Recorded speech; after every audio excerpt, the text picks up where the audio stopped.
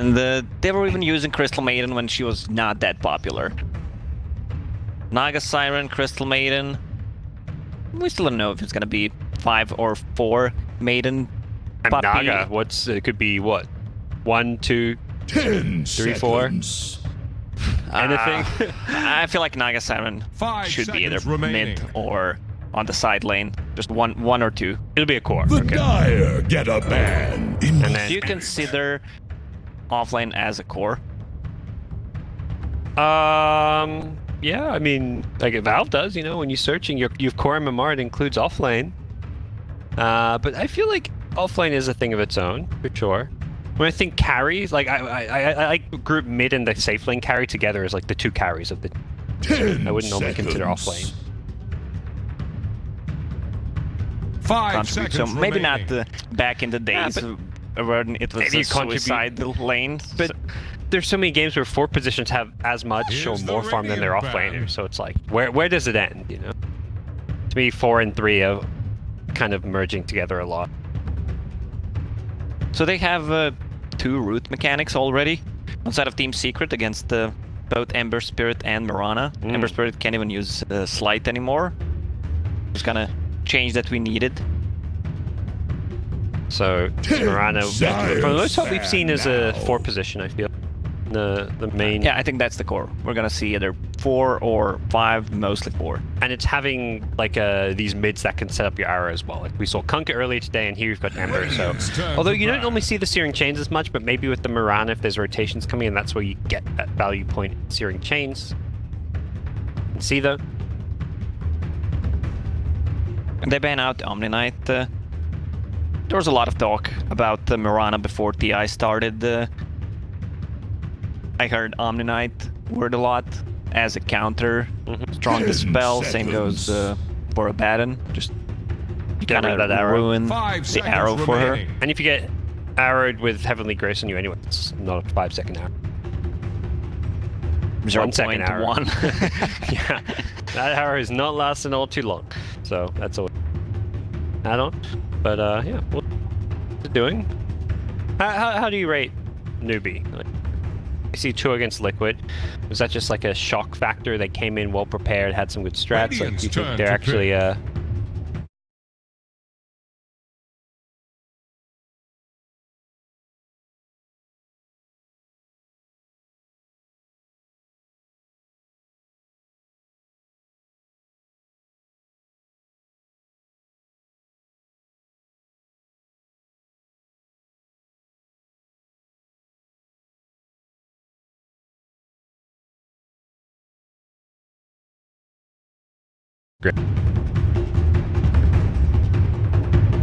Newbee have looked promising all year. To me, they're just a team that's always slightly Dire's disappointed at the turn to DPC be. events. Reska has arrived.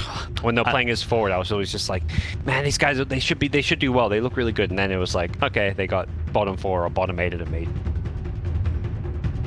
Yeah, I feel like they could have played better. There's always a chance to improve, but I just saw Jack complaining a lot on Twitter that they always 10 seconds. that's all it was. But I mean, you verse these top teams enough, like 5 you know what, seconds some of these other, remaining. Radiant's you look at turn what to other teams do, and they win occasionally. So that's that. And then you got Secret. You know, obviously one of the favorites. They won 2 of the 5 majors throughout the season. The ESL won Birmingham event, which was basically a major. So they're a pretty dominant team. Birmingham was pretty stacked. That winning Birmingham was just as hard as winning a 10 major. seconds. And they go with Dark Willow, so that's Yeah. a 5 third seconds root mechanic remaining. against jeez. Mirana and Ember Spirit, already looking good. Yep. Hero nuked up in response. Some kind of counter initiation play. Ice Path is going to be key there for maybe Ember and Mirana out when they do get rooted. So it inevitably happen at some point. Dire's turn to be. See an Ogre. Probably this has to be a core really at this point. I think we're going Yeah, to it see some looks- 3 position Ogre. Definitely, I think that's his role. Either position 5 or 3, where you build all these tanky team fighting items, Crimson, Pipe. You can basically build anything on this hero, but you know what's cute about him? Hand of Midas. 10 seconds. Multicasted. Hand of Midas? Yeah. So you're going to be talking about like his hairdo or 5 You know, Now, also those vote nice for teeth of Ogre. his. Vote for Ogre. vote for Rogue. Okay. I'm kind of 50-50 on that. You know, I like both I got of to these the, heroes. Yeah, I got to the end and I was like, oh, I'm okay with either. I don't feel strongly about either as well. Like, neither's my favorite hero, but I don't dislike either. It's not like there's like a Voker against someone or like a Pudge. I'll be like, don't give Pudge one. Don't. Oh, Yeah, you're a Pudge player. I Just forgot who cast. please delete me from the friend list right now. Oh no, we're gonna have our first caster fight here. We're day one Lacoste. I thought we could get through it without fighting. I just, you know, every game is gonna had a Pudge when that kind of comes out. I guess for you, like, you get to enjoy using. Do you have the Pudge, Arcana? Yeah, I still didn't unlock it. I don't get the chance to play against Rube. I think I need 2 more wins. The green Arcana looks way better. So, yeah, we're going to see Ogre Willow. We saw on another stream, Fnatic did some Ogre Core. Ice played it. He did some Ogre Shaman, Bloodlust and Shadow Shaman. But, you know, he's got a Fire Blast to set up the Brambles. Definitely a scary looking lane, and then we will see most likely Nisha playing the Naga Siren. Newbee took their time and went for a life stealer. I like this because he can get pretty much out of anything, and they don't have any spell that goes through rage. The area 10 where seconds. he maybe falls short is just the matchup against Naga can be a little bit tough, but 5 you fix that seconds with the remaining. items, I guess, like going for the Radiance. You've got the Evasion talent at level 2. Can stay alive against Naga.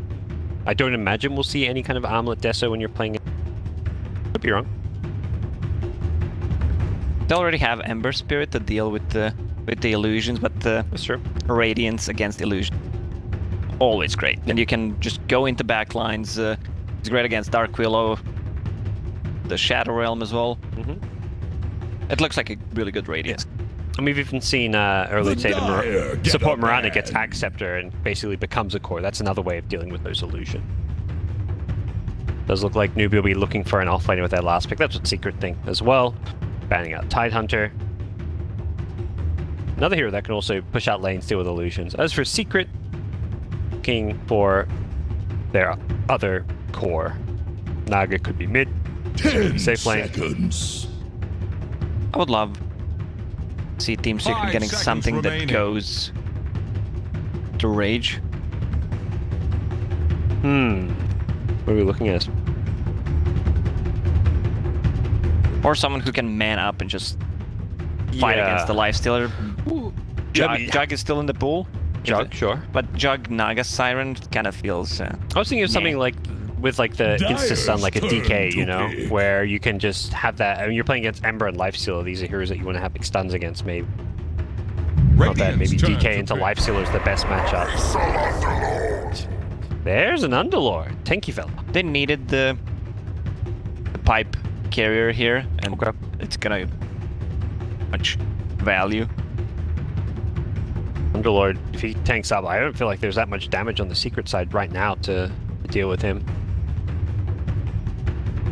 Of course, 10 probably looking at ways to solve that with their last pick. No OD available. That would have been 5 obviously a seconds very good remaining. pick. That's why Newbee banned it. And we'll see what the Secret looked like. 40 seconds left to figure out what either mid one or Show's going to be playing. See anything too crazy as far as up. They can create a lot of space with just 3 Crystal Maiden, Willow, and the Ogre while Naga Siren farms, so they don't necessarily need to get the playmaking. Choose your hero. Slark, so it will be Nisha playing the Naga and mid one on the Slark. We'll have to see how what that means for the lane, because both Slark and Naga could theoretically go mid. Slark is a hero that has a way to get out of roots as well, which is important mostly for the Ember. Also, if you see something like an arrow coming, maybe Dark Pact it off as well. Do you like the Slark pick? It looks like a really good Slark game to start with. They don't have enough control for him, even though if you see a team picking Naga Siren and Slark, I think everyone would say, yeah, this is extremely greedy, but it's Team Secret, they can make it work, especially with the Crystal Maiden in the team, so Slark will have a lot of mana regen to work with, HP regen, of course, with his ulti, so you can just farm the jungle, but the thing is, both of these heroes love to be. 5 seconds remaining. That's why I mentioned that these three kind of supports can create a lot of space on the map, and that might be where we see Slark playing more aggressive, not going for the Midas this game even? Or do you think you just have to go for them? Well, I guess they're gonna see how the laning stage goes. Okay. You really can't have Ogre with Midas, Naga Siren just farming, Slark with Midas. That sounds... I'd like to see just like a Treads drums or Phase drums. And go Diffusal after that. And go for this build that allows you to be more...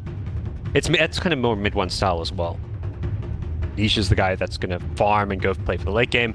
Mid-1 wants to play for the early to mid. As for Newbee, see that support Miranda coming into play. A few times we've seen that already today. And their game plan is, a little bit different. They haven't got the late game as much, but their mid game when they hit like, their lifesteal or item timings is where they're kind of scared. I feel like Newbee's lineup is more mid-game oriented, even though they scale. Like Mirana can transition into a late game. When I say late game, she doesn't necessarily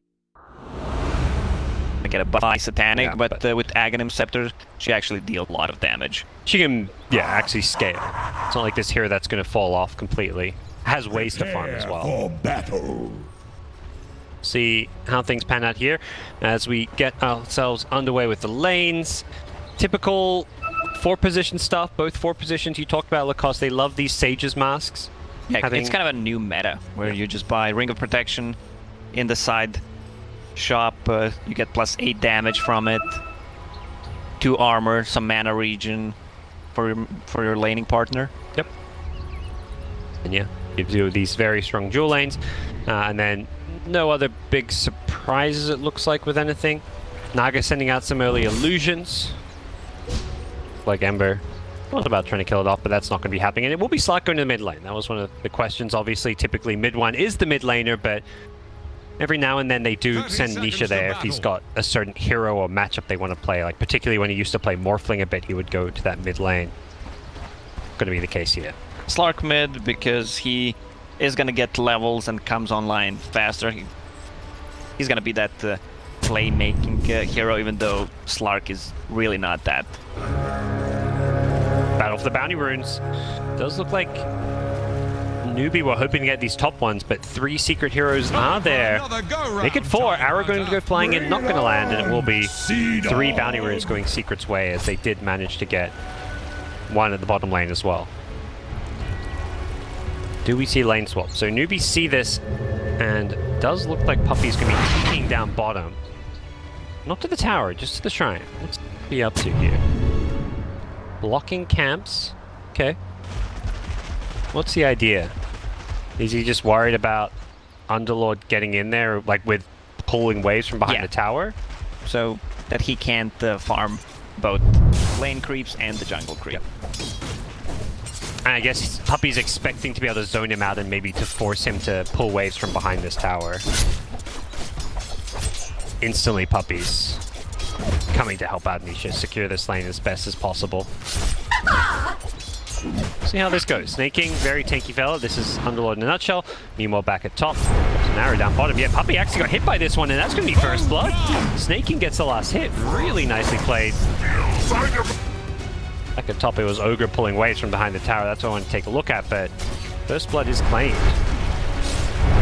And this is why Mirana is the first pick material right now. If you hit that arrow, it's gonna guaranteed kill unless you have something to remove the arrow with. And she can also farm the side camp easily. Like when you're playing your pub games, you do not want to see that. Your Mirana just arrowing the big creep. I love doing it. I'm a big support Mirana player. That's the dream, you know? You just gotta kill in your lane. And for every arrow that gets a kill, you've earned yourself a big creep, you know? if you have nothing to do, it's pretty much free gold if you have mana regen. Exactly. And with the Ring of Bassi, look at it, 2.3 per second. Also has some clarities. That's the thing, you're often playing in trees and fog, so it's very easy to get use out of those clarities as well. Here we are, back at top lane. Does look like Mr. Fish here is in a bit of trouble here. The Fire Blast into the Bramble route. Will be looking to maybe get himself to the Roshan pit for a deny, but not able to do so. Ogre with the Bloodlust. Secret, that's Zai on the Ogre, chasing him down. You'd make great hired muscle. So far, both Lifestealer and Slark on top of a CS chart. Puppy, bit of trouble. There's a leap. They've almost certainly got this kill. It's just a matter of how many leaps they have to use. That's the last leap, and Puppy will go down. Replenish time on leap got buffed from 60 to 40 seconds. 45, sorry. I think it was actually looking at the center. Damage empowers me. Oh well. We'll take the creeps instead. Do you want to do that?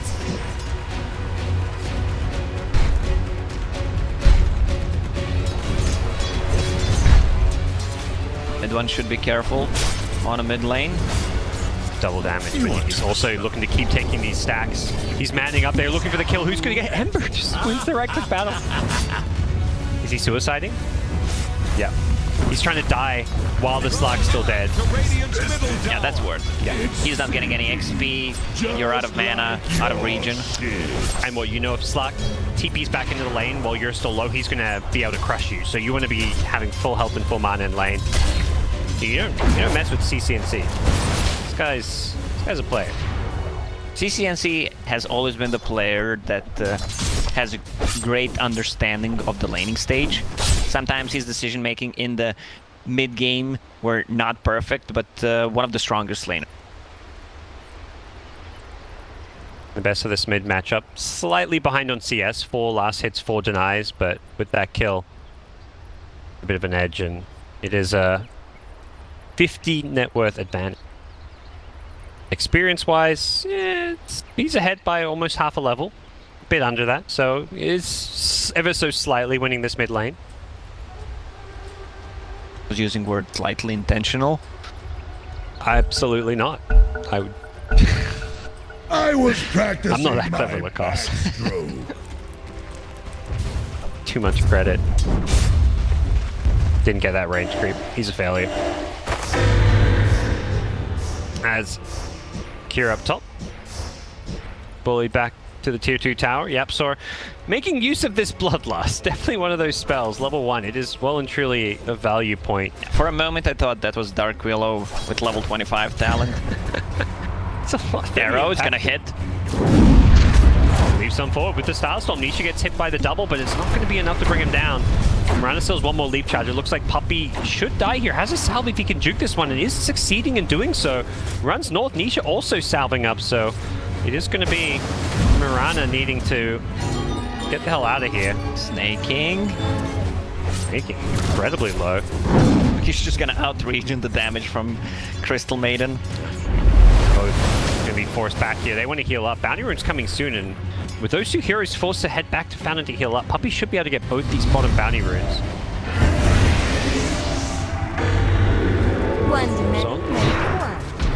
The more damage he can. At the same time, it's Secret looking to secure these top Bounty Runes, so I think we're going to be seeing 4 Bounty Runes going the way of Secret. It's really hard to contest the bounties against the Dark Willow, especially with the build that Yappy went for. I don't think they were ever going to... Oh yeah, they weren't ever going to contest top. The idea was they should get bottom, but by losing that trade and the salves coming out, and they didn't cancel them, meant that, you know, they just lost the 2 Bounty Runes bottom, which they're supposed to get.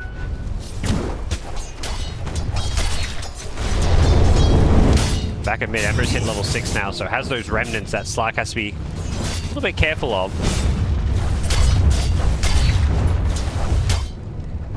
Flame Guard to farm the lane, then instantly remnants back to a jungle camp. CCNC just trying to be efficient and play more of a farming game. And Slark is actually going for Hand of Midas, first item. Even though he's the mid in this game, he doesn't necessarily need to be that active. The 3 supports, offlane and both supports can make a lot of space. Ogre offlane can feel like a bit of a support at times. the way you itemize is often getting all those teamfight items. The Solar Crest, get the Vlads. Maybe you throw on a Midas if you're feeling a little bit greedy. Top lane, Ogre. Going on the lifesteal, who's just going to rage up, but forced to run away. Dire's middle tower is under attack. Kind of a slower laning stage now, with both teams kind of having some heroes that need a bit of farm to come online. Do you think this kind of favors one team or the other? I think Team Secret, if they want to itemize like this, go for the Midases. You have Naga Siren in your team. You don't want to rush anything. And they picked up 4 bounties. With the levels, I think their heroes are way better. Especially when the supports hit level 6. They've got themselves a 1k gold lead, so the numbers kind of reflect that, although the numbers mostly being the bounty runes, like you said. If you compare both supports, like once Mirana hits level 6, it's not that effective. It's great ulti if you have heroes to kill with. Jakiro, sometimes he doesn't even get Macro Pyro on level 6 because he has mana issues. Yeah. For the Radiant side, Dark Willow, it's like you've suddenly got a huge amount of kill potential with your level 6, so... something where Secret probably content with how this game is going, like you're... Coming towards mid is Secret. Both supports are in the neighborhood. Can they actually get the root chains here? It will be a sleight of fist. He gets rooted again, but there's just not enough damage during this. CCNC will remnant himself out of there. Once again, leaving these remnants on these jungle camps so he can very quickly access additional farm. This is the beauty of Ember Spirit and Concat. X-mark yourself, or you TP and go back to Remnant in a second, pretty much. Result to full HP and mana. Gets himself a ward from Mr. Pile-I-Die, and we'll find the haste ring. So we'll see what he can do with this one, if he's just going to keep farming, playing the lane, or if he is going to start looking to rotate anytime soon. Does seem like he's more intent on farming, the way he keeps throwing these fire remnants into the jungle. You're going to just push out one more wave and go jungle. Slark will have Midas soon, though. The Midas, but should be okay. Has the Remnant. That's been leashed up here. The Brambles is there to follow it up. They're going to get them. Yep. Gets the Remnant away. Prepared for this once again. Has the Shrine and everything.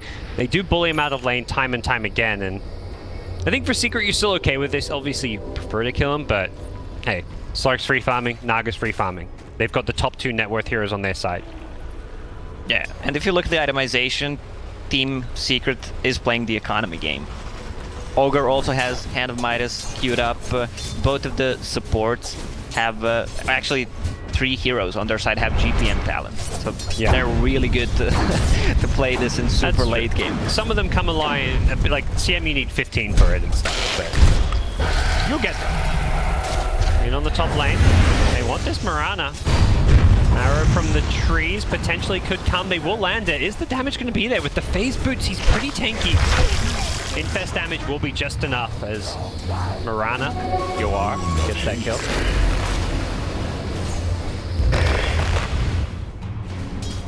So we didn't talk too much about the Naga Siren, and she's just stacking the creeps for herself, jungling.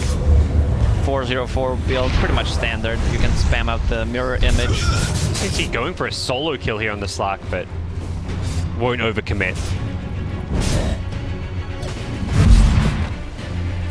I guess Naga just leaving the jungle now just because you can farm safer and faster there. Is that the plan? Free up the lane for the support. CM is only level 4. He farms way faster in the jungle. There's the arrow. Yep.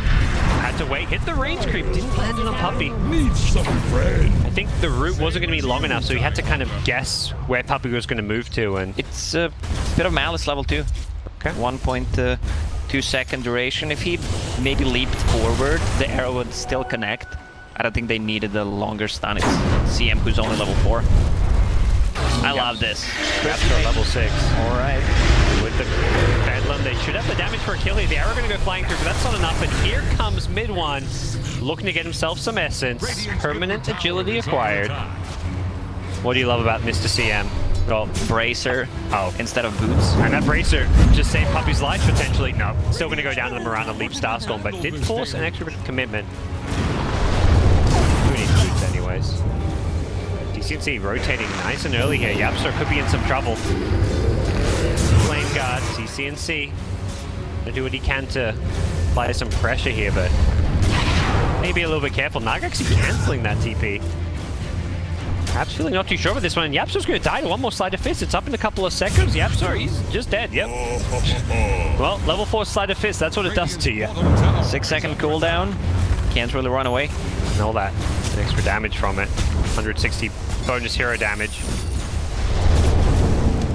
They want this tier 1 bottom tower. You see CCNC playing on such low health here, but there's just not a whole lot that can threaten him. Does look like he's going to have to head back soon, so assume. They will have a really great setup in the mid game. Chains into arrow. Right now it's only level 1 searing chains, 1.5 second duration. Also Pit of Malice once that's maxed out. To be really easy to set those arrows from Mirana. Radiant's middle tower can't handle Remnant's back in. I think he also refilled the Mirana's bottle. I'm not entirely sure, I didn't see, but he did Remnant right next to the Mirana. It seemed like perhaps an intentional little play. As Puppy going to look to set up this kill on the Ember Spirit, and well, Ember just Remnants away. And actually with an arrow, mid one could be in some trouble here. Another Remnant, yeah, they get that kill. Puppy should be a second to fall if they've got the mana for it, and it does look like that's the plan. CCNC diving on forward. His Ember Spirit has just been fantastic so far, but with the TP in from the Ogre Magi, they may have overcommitted here. Mirana gets the kill, leaps into the trees with a Moonlight Shadow, and has a TP out. Bramble's gonna miss, so yeah, He also has another arrow. There's the setup. Forget TPing out. Oh, Nice Ogre done takes by it. Ogre. Yeah, he keeps Yapso alive with that one, but they've rotated into Kiro now as well. And with the Macropie, they've got so much damage. Mirana goes leaping on out, and all Yapso can do is try and run away, but this Shadow Realm, Yapso, he's in trouble. He didn't have a TP, so he's going to pay for it with his life. Newbee are crushing it. They just suddenly came online. Are playing so well at the moment. They're just outnumbering Team Secret. But if you look at the gold, it's still only 1k net worth advantage. Yeah. Radiant's bottom tower faces a stiff But that's wind. largely because of the way that Secret are playing a fairly greedy style. Yeah, because Naga Siren is really farming a lot, both jungle and the lane at the same time. So, but they're getting a lot of levels. Look at Mirana, level 8. If you compare her to level 6 Crystal Maiden.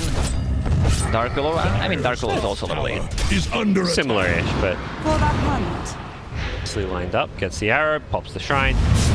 But yeah, Secret are very much playing the farming game. They've got Naga Siren, who doesn't have a Midas, but basically plays like she does with the way she jungles so fast. And then you've got Midas Slark and Midas Ogre. So for Newbee, you've got to be aggressive. You've got to be finding these kills, and that's exactly what CCNC has done. He's 3-1-4. He's been fantastic with how active he's been here in the early game. Also has full Veil finished. He's level 13. That's a lot of magical damage. If you combine that with the Mirana Starstorm or just the Firestorm, they have a lot of storms though. Besides Storm Spirit. Firestorm too, right? Yeah. Underlord, yeah. Firestorm, Starstorm.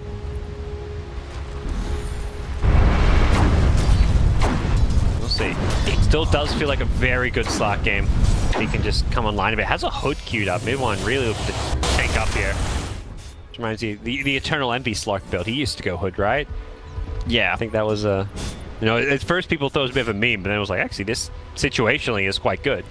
When you're playing against a lot of magic damage, you really need to be able to stay alive. And he's less pressure on him to do damage. He's got a Naga on his team. They come bounty runes. Both teams want him. It looks like Secret will get their bounty runes on their side of the map, but neither team will contest the other team.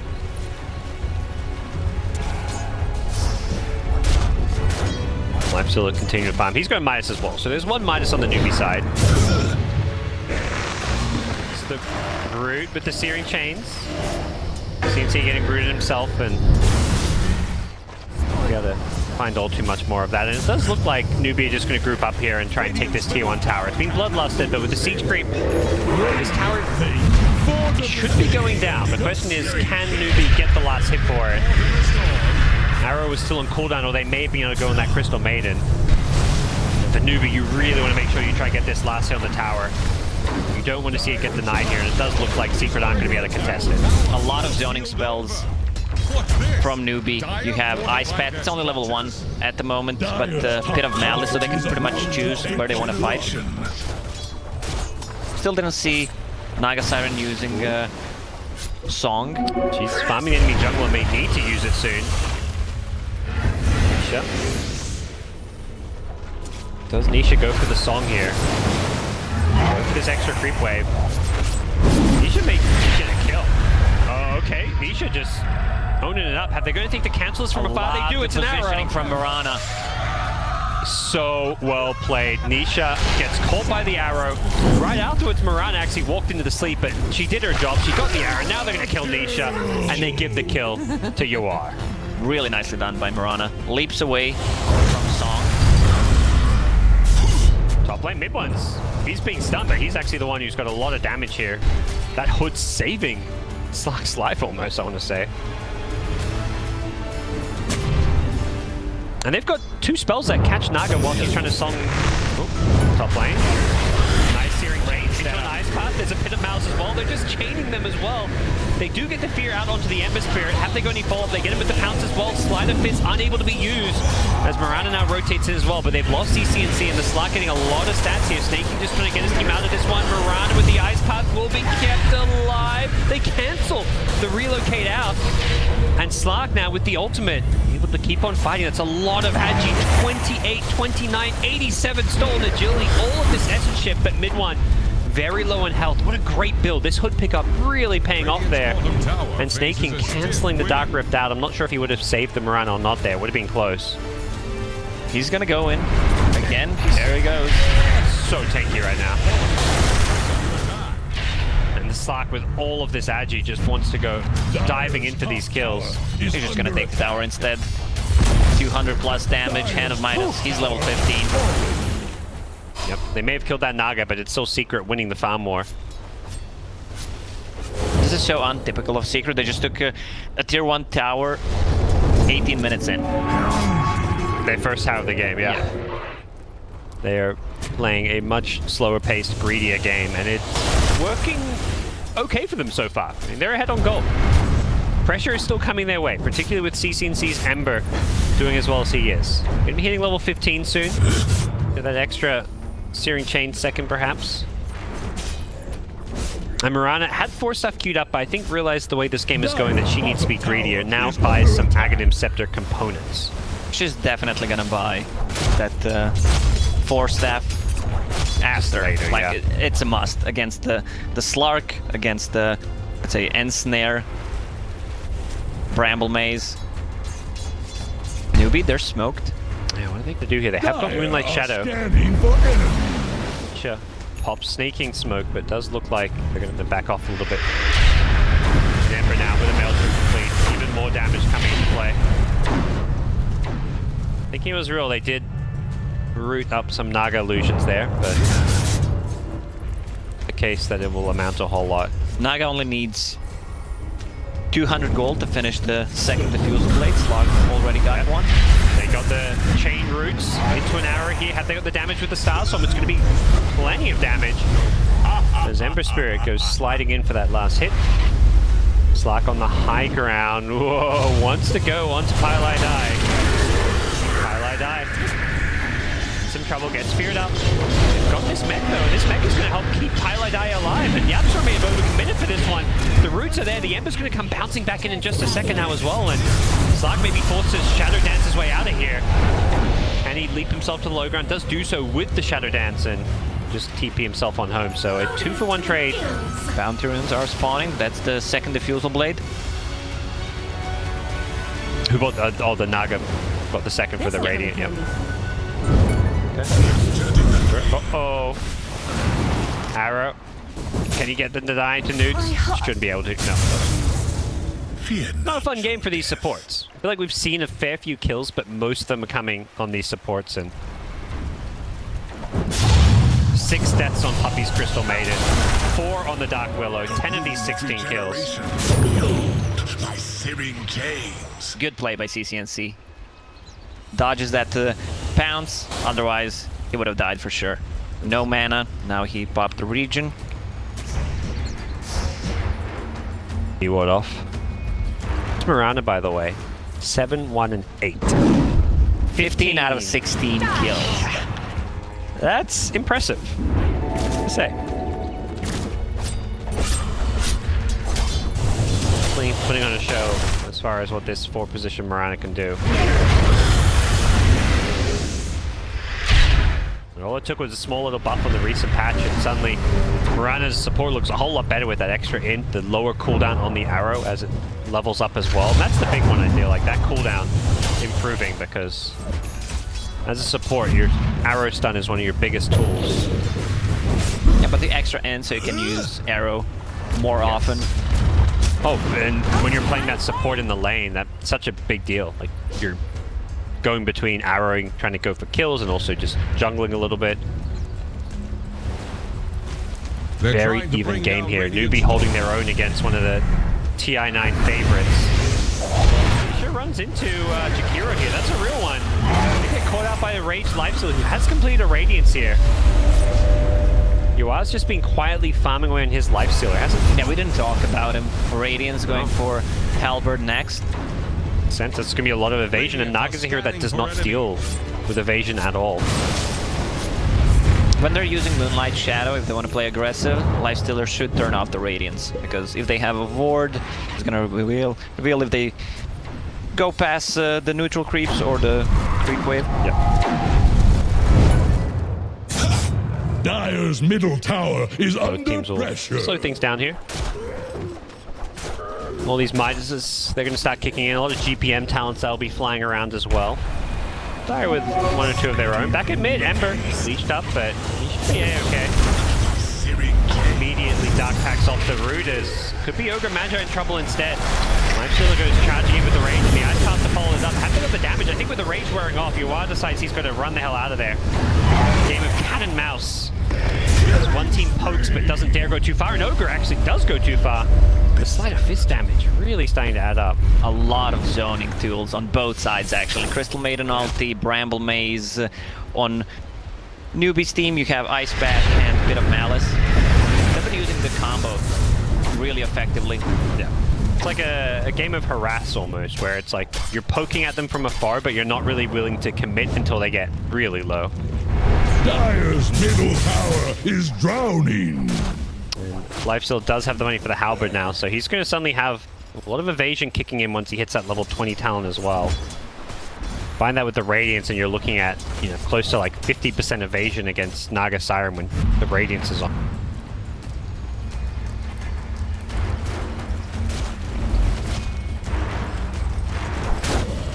CCNC about to finish his BKB, level 18. At that point, you're just not dying to all these roots, I guess, is the key thing. Start looking a whole lot better. Snaking, similar thing. Let's get wasted out of these roots. Greaves into Yules. We'll see what the plan's going to be. 17 kills to 7, but kills do not tell the whole story here. Secret with plenty of late game, plenty of farm on those late game heroes. But Newbee, 4-position Mirana Acceptor is online, so already transitioning into that kind of core status. She needs a defensive item. We already talked about that Force Staff. It's going to be extremely effective against the Pounce. Before you couldn't use it, but with the recent changes, now you can just push yourself away. Link Dagger. We're going to the Moonlight Shadow, but I feel like this one was spotted. I don't think it was used in the sneakiest of fashion. As it does set up for these bounty rune fights. There is a sentry ward there, as Ember manages to snag the bounty rune and get out. So that was a Moonlight Shadow just to secure a bounty rune there. Back in the mid lane, Slark jumps in, finds Highlight Eye, should be able to get this kill with the Pit of Malice, and the Greaves is there, keeps him alive, and they're going to look to turn on this.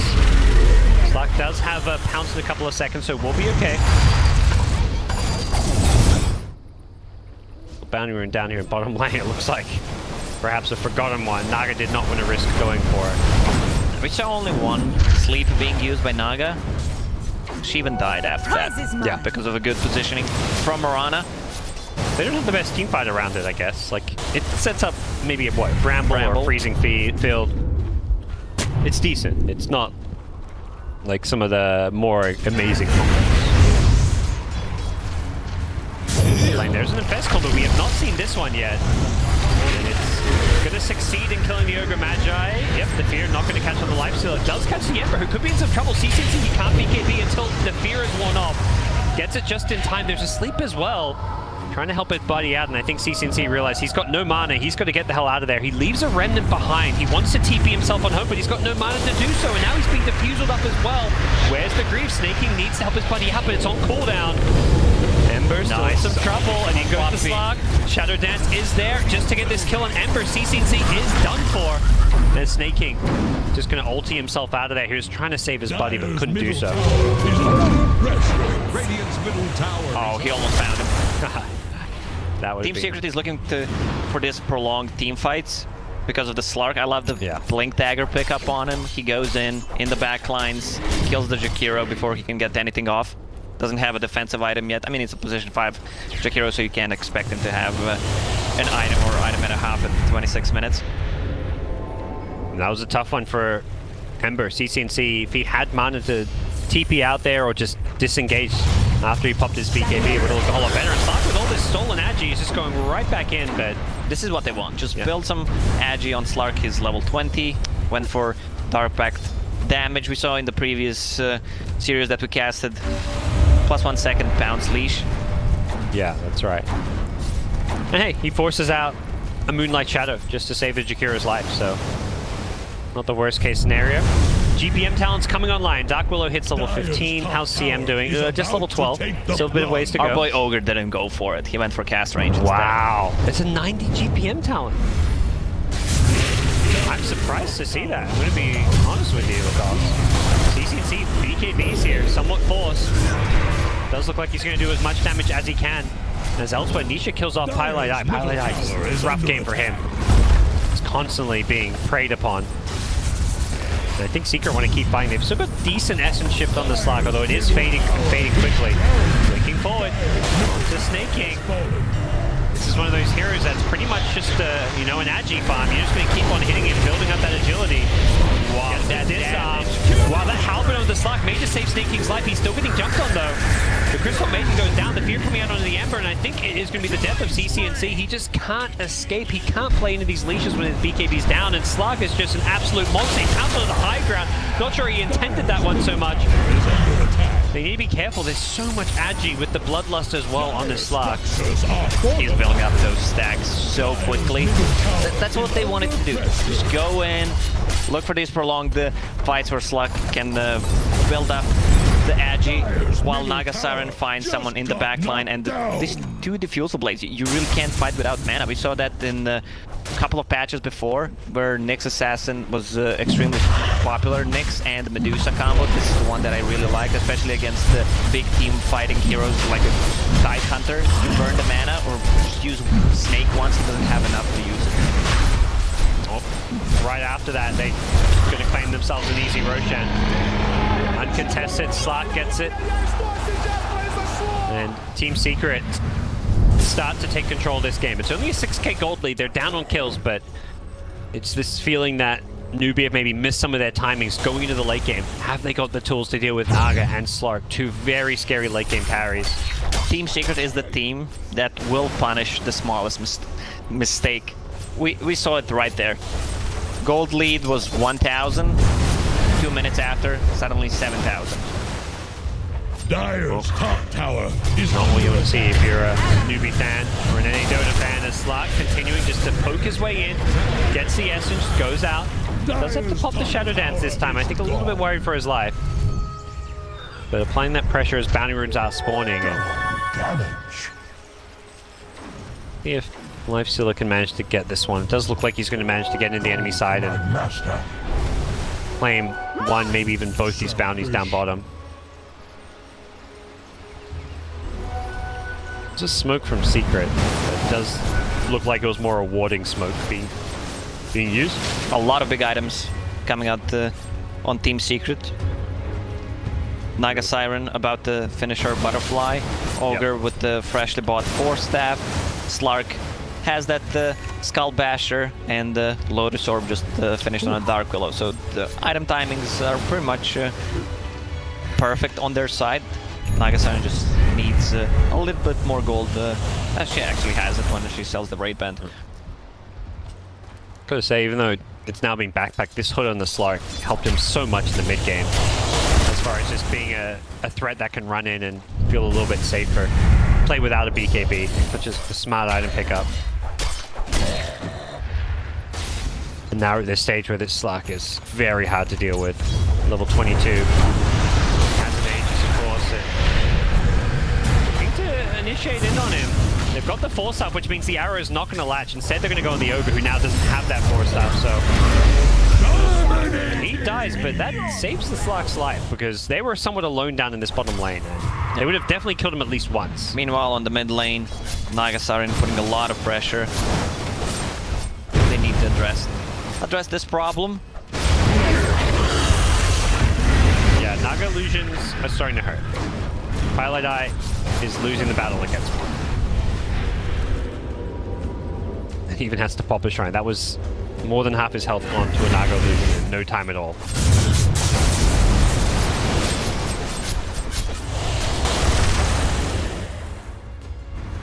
What are you looking to do here if you're Newbee? Like, how do you get yourself out of this hole that you find yourself in? That's a tough question, Parker. I mean, Lifestealer didn't even die once this game, but you really don't feel his like influence, what he's doing in a team fight. Has a freshly bought Mjolnir, so that's gonna help him deal with the illusions. Mjolnir's gonna proc way more in the team fight. The damage just doesn't feel like it's significant enough, or it's there. Slark is one of those carries that's traditionally been thought of as like a good answer to Lifestealer. Some secret, but Moonlight Shadow has been popped. Bit of a vision advantage on the Newbee side, but at the same time, Slark, he'll know when he's been spotted because of the Shadow Dance passive. Yeah, and that's not the hero that you want to go for. He has Abyssal Blade and Aegis at this moment, so there's no way he's gonna die. Still a full minute left on that Aegis as well, so it does seem like Secret want to fight right now. Naga is leading the charge. Lifestealer goes in. I do not think this will end too well for you, Mr. Lifestealer. As in the backline, Slark is just going from behind with the Aegis. He feels very confident. He got disarmed, but now he's got the Shadow Dance off the Freezing Field follow-up. Lifestealer, he's got no range. He's got no way to infest until he gets inside a teammate. Just in time, snaking the escape vessel. And Nagasarin getting incredibly low. Nisha does not have the Aegis. Pops to sleep, but with the BKB, can CCNC finish him off? He's got the kill as well as the Ogre kill. Newbee are doing this. Puppy going for the TP out. Is there anything cancelled? There's not. He gets himself out of there, but the bigger kill. Whoa! Mid one. I think he was TPing. He doesn't have a TP. He's got no Aegis. He should be dead here. They're going to chase him down. They've got 5 heroes and oh my god. Just around him. That's really big for Newbee. They managed to take the Aegis and kill 3 heroes on side of Team Secret. That was huge. The arrow, I think, finding him as he was TPing out.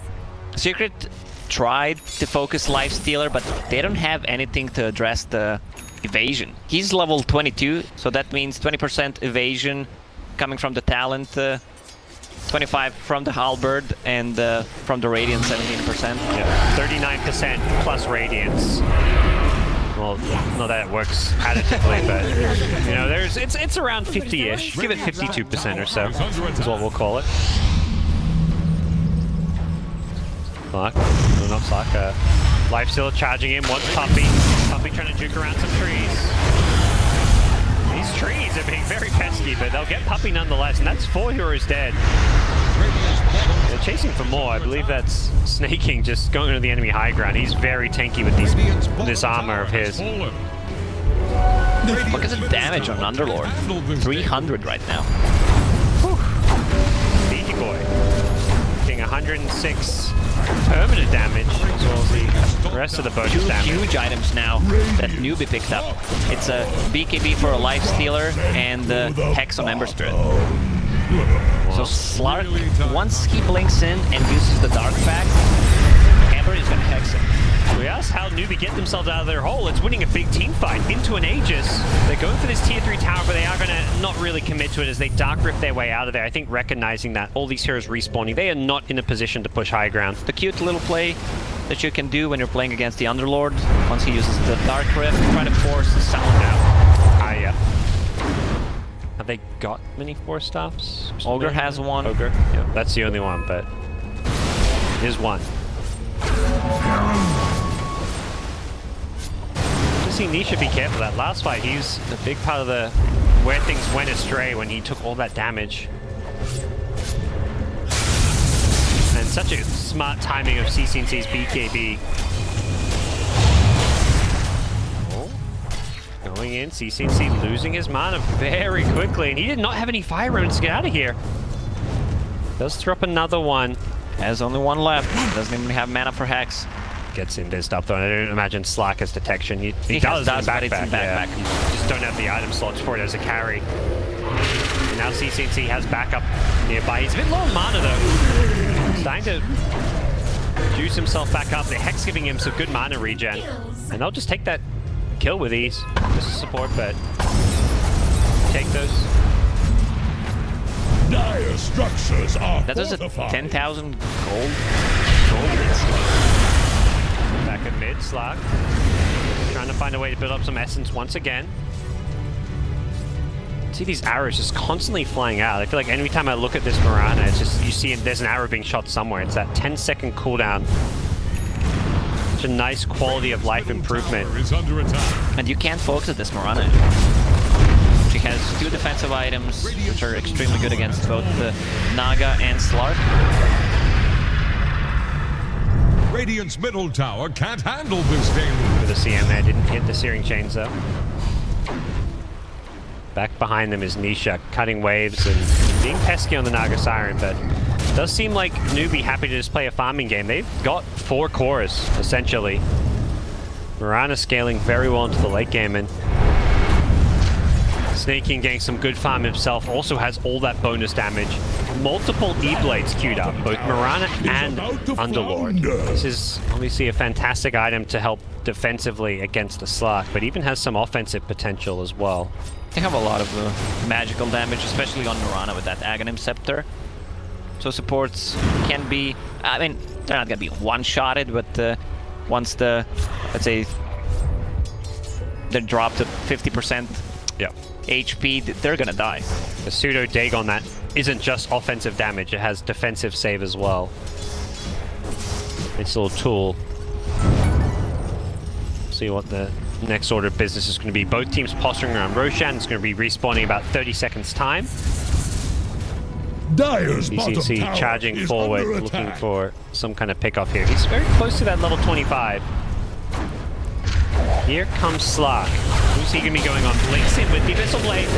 CM is there, the Ghost Scepter coming in as well. There's going to be a stun, and they do burst down the Mirana, who instantly fires back, pops the Moonlight Shadow, trying to help his team out. Now they're going to have to turn and fight this one. CM forced to run away.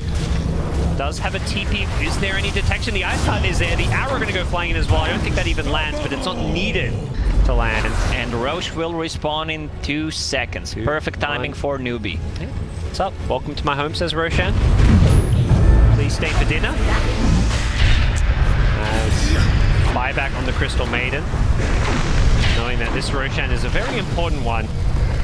And they're going to infest it in the Ember, who does have that Hex, so if CCC can get inside the enemy's back lines, he's going to be able to wreak havoc with the help of this Lifestealer. But they've got to be a little bit careful. This Mirana especially, who just used buyback, cannot afford to get caught out here. CNC is trying to deal with these illusions. So annoying playing into Naga at this stage around the Roshan pit. Just feels like you're never finding heroes, you're only finding illusions. Say that CCC goes charging forward with the root. There's the Hex follow-up. Lifestealer pops out. Can they do the damage here? The Force Staff going to help keep him alive with the Lotus Orb. They pop the Shrine as well. And Ember, Remnants away. That's his BKB down as well. Snaking on the front line. And then goes mid one on the slide. Abyssal Blade is there. With the Ice Path though, that's a great bit of control coming in from Pylite Eye, and it's going to force a pounce out. Lifestealer with this Maelstrom doing some good damage. It's Ogre who's just being torn apart. Gets the root out as well from the Searing Chains. The Ice Path not going to latch as Fear onto 3. Everyone's being pushed back. Nietzsche, he has an Orchid, I believe, that he used on the Lifestealer, but that's going to be a range TP out. That damage coming in from Naga Siren. Slark. Once And you Slark pop too, that yeah. Bloodthorn, and that's going to be a Roche. Cheese and Aegis. They already used the buyback on Mirana. He's contesting this one with the Underlord down. 5 gold for buyback. He's not going to do it. Roche is just gone. Too fast. A lot of zoning tools on both of these teams, so trying to take a fight in this choke points with a lot of cliffs, it actually benefits both teams. Yep. Oh, for sure. We're seeing such skilled play from like the supporting cast, especially with these 4-staffs. It's been so crucial to, you know, somebody gets gone on there, like the Naga Siren, to be able to 4-staff him back to safety, and then it's Newbee doing a similar thing when they get initiated on. But fortunately for Newbee, they find themselves fighting into an Aegis and Cheese now, and not easy task for them to defend here. The Halberd's going to delay things a little bit, but that's the rage down, so they're going to be very careful about that rage cooldown. Meanwhile, on the top lane, Nisha just split pushing with the illusions. Yep. Bloodlusted Catapult doing what it can as well. They still didn't kill the tier 1 tower on the bottom. You can take Rex without taking a tier 1 tower, as long as it's in a different lane. Yeah, Nisha's damage really starting to rack up here with the Bloodthorn. And that's where this Lifesteal's BKB kicks in as well. Like, having it that last fight, he's completely dead if he doesn't have that BKB to get rid of the Bloodthorn. And it's Naga's way of dealing with evasion. We talk about Naga, not a hero that deals well with evasion. You don't really want to go MKB, but the Bloodthorn is at least an answer to it.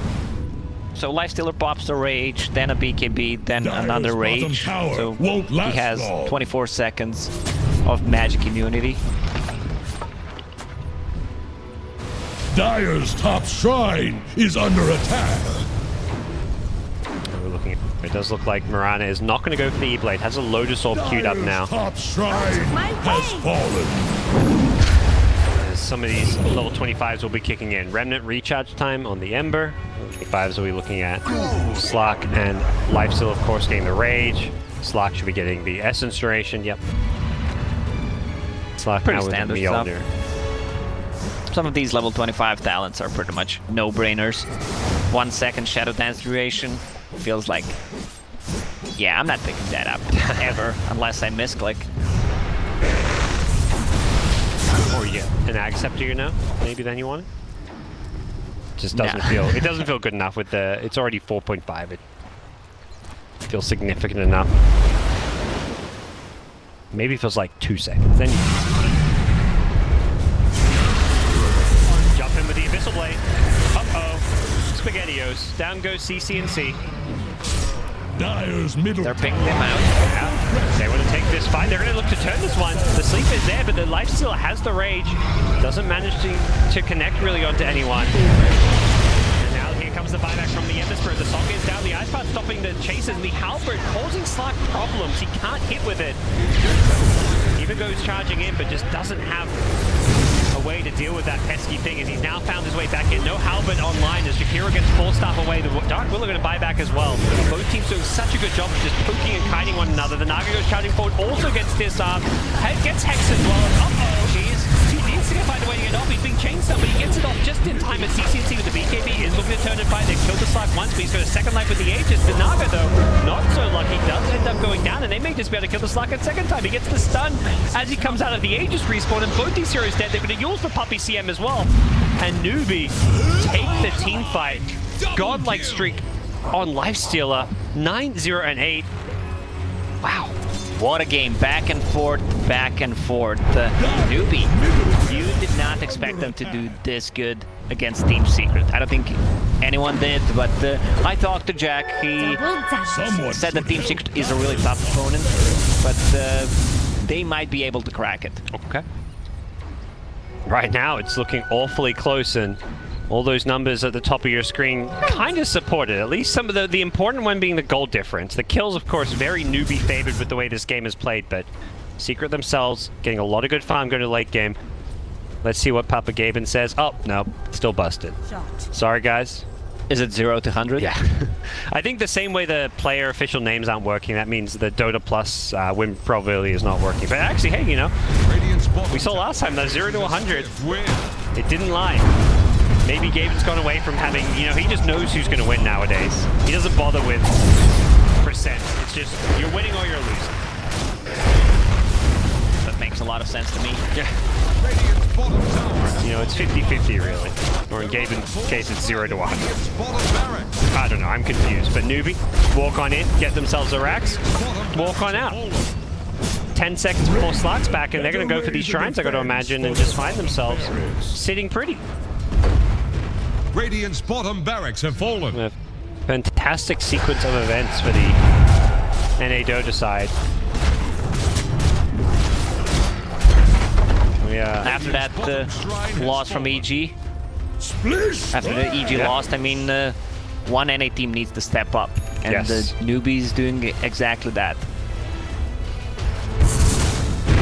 Has not been the brightest of years for NA DotA as far as their results in the DPC events go outside of EG, but end of the day, at least end of the DotA year, all that matters is this one tournament, TI.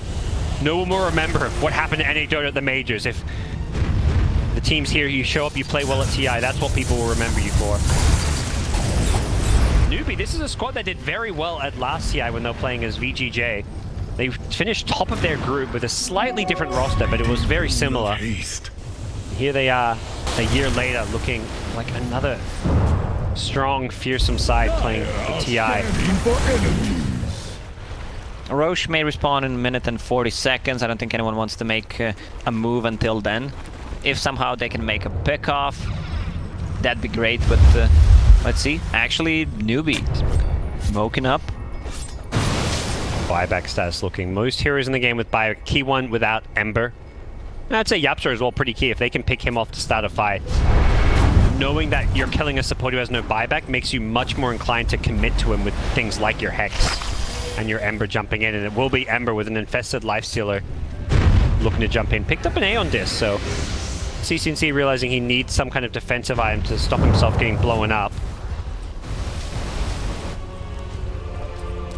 Dark Willow with that level 20 talent, minus 12 seconds Bramble Maze cooldown. You can almost cast it 3 times. Like, it's guaranteed 2 times, but then if you get Arcane Rune, you can have 3 Brambles. That's what you like to see.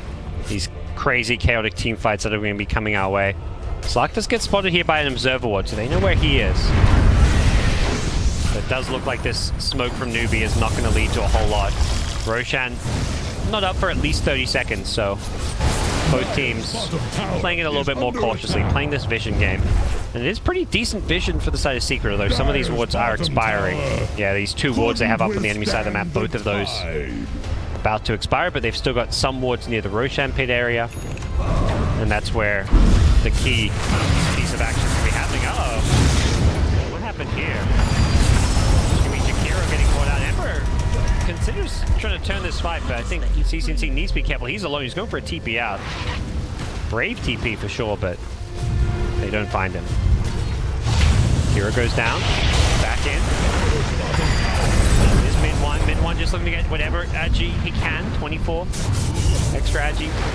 As well as the permanent 12 that he's got. And it does look like they are pinging down bottom. Maybe considering going for a tier 2 tower, but once again, it's Nisha being very pesky. The split push coming into play as well. He's playing around one of his illusions, trying to fake them out a little bit. Illusions from Naga Siren are causing a lot of issues. Charge in. They've got the Hex as well. Nice force up coming out. That keeps it alive a little bit longer with the Lotus Orb as well. They've got the BKBs and the Raids. They really want this Nisha kill. It's going to be close. Have they got the damage? One more Remnant. The BKBs were off. They just get the kill. Lifesteal had BKB. Could pop the arrow. It finds him. Oh! He has a buyback, What though. a play from the Mirana. This Mirana has been on point all game long. Mid-Rax is still alive as well. When we talk about Mirana's kill involvement in the early game, 15 of 16 kill, it's now 30 of 32. Wow, she's also getting closer to level 25, so you have 10-second cooldown on multi-shot arrows. That's going to be another good pickup. I love the way CCNC is just playing so aggressive. He's, not playing this reserve Dota where he's afraid to go in. He's willing to put his life on the line and just commit for these kills. Yeah, with Aeon Disc, he can do that because they can't blow him up even if Slark jumps in, uses the Abyssal Blade. Yep. Naga Siren is dead, which means that they can use Nullifier on it. You can dispel the Aeon Disc. Here's Roshan. Oh, he walked out as Roche respawned. Right as Roche respawned, he walked out. That feels bad. Because they've only got 37 seconds before Naga's back. I think they're setting the courier inside a bit. They just got it. Ember's there. It was a fairly fast Roche respawn, which kind of works against Secret. 7k gold on Naga. She needs to start thinking about spending some of that money. 51 minutes in, and Newbee will secure themselves Aegis, Cheese, and Ag Scepter. Got to imagine that's going into Ember's hands. For sure. Lifestealer Axe, not really the best thing in the world. Unless there's a chance snaking, but no, it's surely going to be. They should have given it to Lifestealer just for the memes. Yeah. I was like, where is it? There we go. Aghanim's Blessing.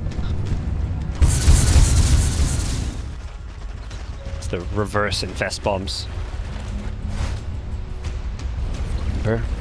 No Aeon Disc for now, has the Aegis instead, so one better. We'll see Secret now put on the back foot, down 11k gold. It's been Oh, look at this graph. This is what I want to see, back and forth. And it's been mostly, whenever it's been someone ahead, it has been Secret until now. This is the first time it's really taken a big dip below that 0 mark. There's been some small dips, but Secret gonna find themselves playing from behind gold-wise. They've been playing from behind in terms of kills for pretty much the entire game. A lot of credit to the Mirana, who's now got 8 Dagon. I love this. The late game 6-slotted Mirana build, when you go this magic build, deep lane Dagon 5. Mid lane, they've gone in on Snaking. He's taking a lot of damage here. The Slug building up some magic as well, but he's being chained disabled. He needs to find a new target. Actually, no, he finds Snaking. Still the 4-stars out there, but Nisha shows up to clean him up. Ember with the BKB as well as Nisha coming in from behind. They've got the sleep as well to try and deal with the heroes and kite the heroes in their BKB. Arrow's gonna hit. Long arrow. They're gonna look to follow this one up. Nisha's maybe a better target. That's a hero they'd really love to kill. The CCNC gets silenced up. He's still got the Aegis though, so he's not really afraid of dying. They'd love to kill this ogre, but he's a beefy fella. It does look like he's gonna get back to safety, so Newbee end up buying back on Snaking and not getting a single kill, but they've still got Aegis. I believe they've still got the cheese. Yeah, Underlord with that cheese. Not the easiest draft to push high ground with as well. They have 2 Force Staffs plus a Lotus Orb, so they should be able to play around Underlord, even if he gets caught. Tried their best to there, but he was just a bit too low already. We do see that Mirana, level 25, triple arrow coming in. Talk about zoning tools. Well, here's one of the better ones in the game as well. May allow them just to poke at high ground using the rage. If they want to go in with Lifestealer rage, hit the tower, back off, they could just slow siege this, and it looks like that's exactly what Lifestealer wants to do. Hit for about 4 or 5 seconds, and then you back off. Look at all those zoning tools. Yep. Bit of Malice, level 25, extra 0.8 seconds on it. Now they wait for the next wave, they wait for the next rage, and then they do the same thing. 2 Brambles, bit of Malice. There he goes. And repeat. Oh, they're going to go on the backline, so it's Snaking who hasn't got a buyback. He does get E-bladed up. He's still getting incredibly low. That's a dieback. As Slark pops the BKB for this one, finds a new target. Stitchakiro gets 4-star away, throws himself up near with the Yules. Nisha wants to go for the kill, gets him before the Ice Path comes out. A great arrow will find Puppy. Will set the kill as well. Yapsur as well as mid one, both very low. Mid one Slark. The key kill there as well as Nisha throws that nullifier out. Not doing a whole lot except bring down the Ember's first life. Nice bit of damage to start the fight off as Mirana getting brewed up as well. Can't find escape. Puppy's freezing, still doing some good damage here. The Aeon Disc keeping Ember alive as they are going to lose the Lifestealer, and it's Newbee. They're just dropping like flies, one by one. The bash, plus the Bloodthorn. There's also a double damage on the bottom lane if they want to go for it. They don't have the vision of it. Arrow is going to connect on Slark. Well, that is a hell of a high ground defense, and it's Snaking getting jumped on there. There was slow sieging the way you kind of expect them to with Lifestealer, and Secret just say, we're going to lose our base if this keeps going on. Let's do something, and it's not going the Lifestealer, it's going the Underlord. Slark has 600 damage right now. Well, that hurts. Let's see how fast he can drop some of these Solar Crest and Bloodlust. Give him Bloodlust. Oh, yep. Yes. He doesn't want to hit. He wants to blink in for a kill. He's staying hidden. Smoked up. Who's he going to find? Can he jump on this Ember? Aeon Disc is still on cooldown. He realizes he's just going for the building. He's gone in. Didn't get the Abyssal. There was an E-Blade there to potentially save his life. And then just look at his damage. Yeah, they want to go for the throne. They know there's no buyback. There's a small window here. In goes Lifestealer. BKB being popped on the backlines. That's the Ember Spirit trying to keep himself alive. The tier 4 tower is still nice and healthy, so they're going to go for the kills, not for the buildings. E-Blade is there with the Dagon, doing some good damage to the Slark, who has got BKB, doesn't even need to pop him mid one. Destroying them. That's a tieback from the Mirana. Drone is going down. Yeah, they're going to just focus this drone. They're going to look to focus out CCC with it as well. CCC does manage to get out of there, but this drone is dying so incredibly fast. And it looks like Secret have taken the game. Heartbreaking fashion. Newbee, I'm sure any DotA fans out there, they really believe they had that game.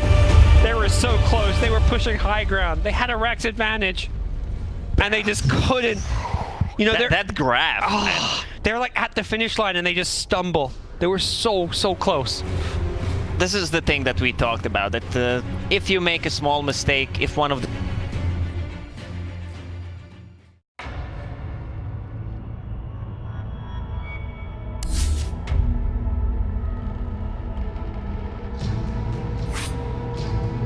Fire's ban now. Radiant's turn to ban. It hasn't changed. Do I need to change my name? Why? No. I mean,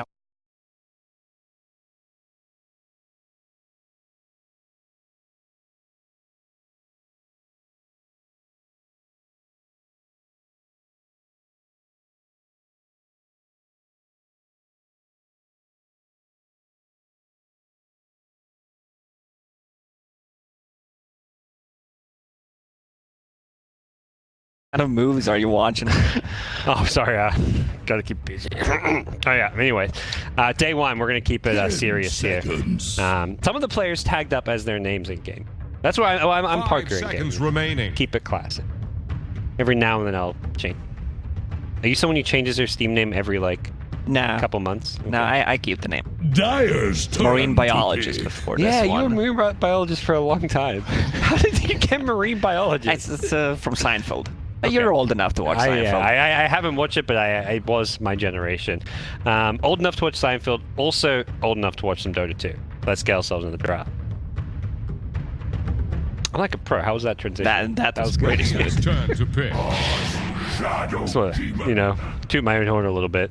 Shadow Demon was not contested in the previous game, if I'm not mistaken. I find this hero extremely strong. Has Radiant's BKB turn to piercing pick. ability, you have a save, also Soul Catcher. That's one of the best spells in the game. Would you look at that, huh? Classic, Io Gyro. Man stands ready. Insta Sven. Secret's one of those teams who, after winning a game, even when their opening 2 picks are available in game 2, they're one of the teams that will just pick something totally different. They don't like to go for the same opening 2 multiple Radiant games in a row. fan. Whereas I feel like There's a lot of teams who most teams have will. this mentality: if it's not broken, don't fix it. Yeah. But the Team Secret, they will experiment. You'll They're one of the strongest teams in the world because of the variety of the heroes that they can play, especially from position 4. And they like making it so you can't predict what they're going to draft. Like, you have those other teams in BO3s they'll play, and it feels like game 1, 2, and 3 have almost the same draft with like one small tweak in a ban, 5 or like one seconds pick's remaining. different. You'll see like 8 of the 10 same heroes, but that isn't the case with Secret typically. I would not mind The for Team Secret to get a ban. another hero that can close the gap, find the IO, something to follow it up. I think even though Centaur got nerfed a lot, I still think it's a decent pick because of his ulti. Just find the IO. Do you like either team's opener more? Gyro? I mean, IO Gyro. I think over the years we've said everything that has to be 10 said about seconds this left combo. by my count. There's nothing new, nothing unexplored. Every little piece of it 5 is seconds known. remaining. I mean, Axe is now different on IO. That's kind of a newer thing. But still a very powerful combo nonetheless. Gyro was actually banned in game 1, in the second stage. I guess maybe they were worried about like a 3rd, 4th pick IO Gyro. Decided to ban out one of them. Whenever I see Sven, I feel like you need to have some BK piercing ability. Usually, Bane was paired up with IO Gyro because it's a great setup with the Nightmare into Relocate, and you have a Fiend's Grip against Sven, but now there's a Shadow Demon. So it's kind of, do we want to pick it maybe or not? It's a hard decision. Wyvern sometimes see come out. The other options, But then having Wyvern and IO, this support duo feels really weak because you can't really make too many rotations. You don't have a guaranteed stun. You want to have like a stun from your either position 4 or 5. Radiant's turn to ban. if you use something like that, you almost have to have like a mid laner that has stuns and abilities, which, you know, could be the Ember again. CCNC's Ember was... CCNC played extremely well in the previous game. I feel like all of Newbee did. Like, I'm watching that game, I'm like, dude, CCNC stepped up. Rana, MSS, he stepped up. Some of the players maybe didn't look as flashy like the Lifesteal and Underlord, but those are heroes you can't... How do you look flashy on an Underlord? Even Lifesteal, maybe some games, but there's so many 4-staffs and stuff, like, he was never going to look like... turn to pick. A super flashy. Dire's turn. It's Newbee who banned Ember, though, so... they're worried about the hero coming out from mid 1, but not planning to pick it themselves. Crystal Maiden, Io. These two heroes are really squishy. Yep. Totally agreed. Something I thought would be picked and do well this turn was Clinks. Oh, that's a hero that can kind of hunt the IO as well. 10 seconds. Clinks is more team fighting oriented hero right now because of his ulti, especially with the level 15 talent. The cooldown reduction on it, it's extremely good. Mind? Storm Spirit, the other more common, popular option as far as hunting the IO, getting on the back lines. That's still available, still in the pool. But before we get to those mids, let's pick up some supports, of course. Secret, get Jakiro. Be interesting to see where some of these supports end in terms of priority. Jakiro, typically a 5. Shadow Demon, we've seen more maybe as a 4, and ever so occasionally in a 3 position role. Yapstor's played a wide array of heroes. He played support Invoker earlier. To name perhaps one of the more extreme examples, and see if he's going to be on that Shadow Demon or something else. And Jakiro every now and then does come out as a core mid-Jakiro. It's really situational. Yeah. It was more of a core when DA was a popular pick. Beastmaster. Okay, so this is the hero that deals well with Sven. The Boar. You have Roar. Yep. It's also a rhyme.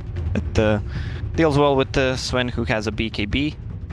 But the combo from Team Secret, you have a Shadow Demon and Jakiro disruption into Ice Pad, always feels good. Yep. 10 seconds. No Secret to reveal a bit more, as they have the double pick here, so they may just be looking to pick up their mid. Don't want to worry about it getting banned out here. Beastmaster.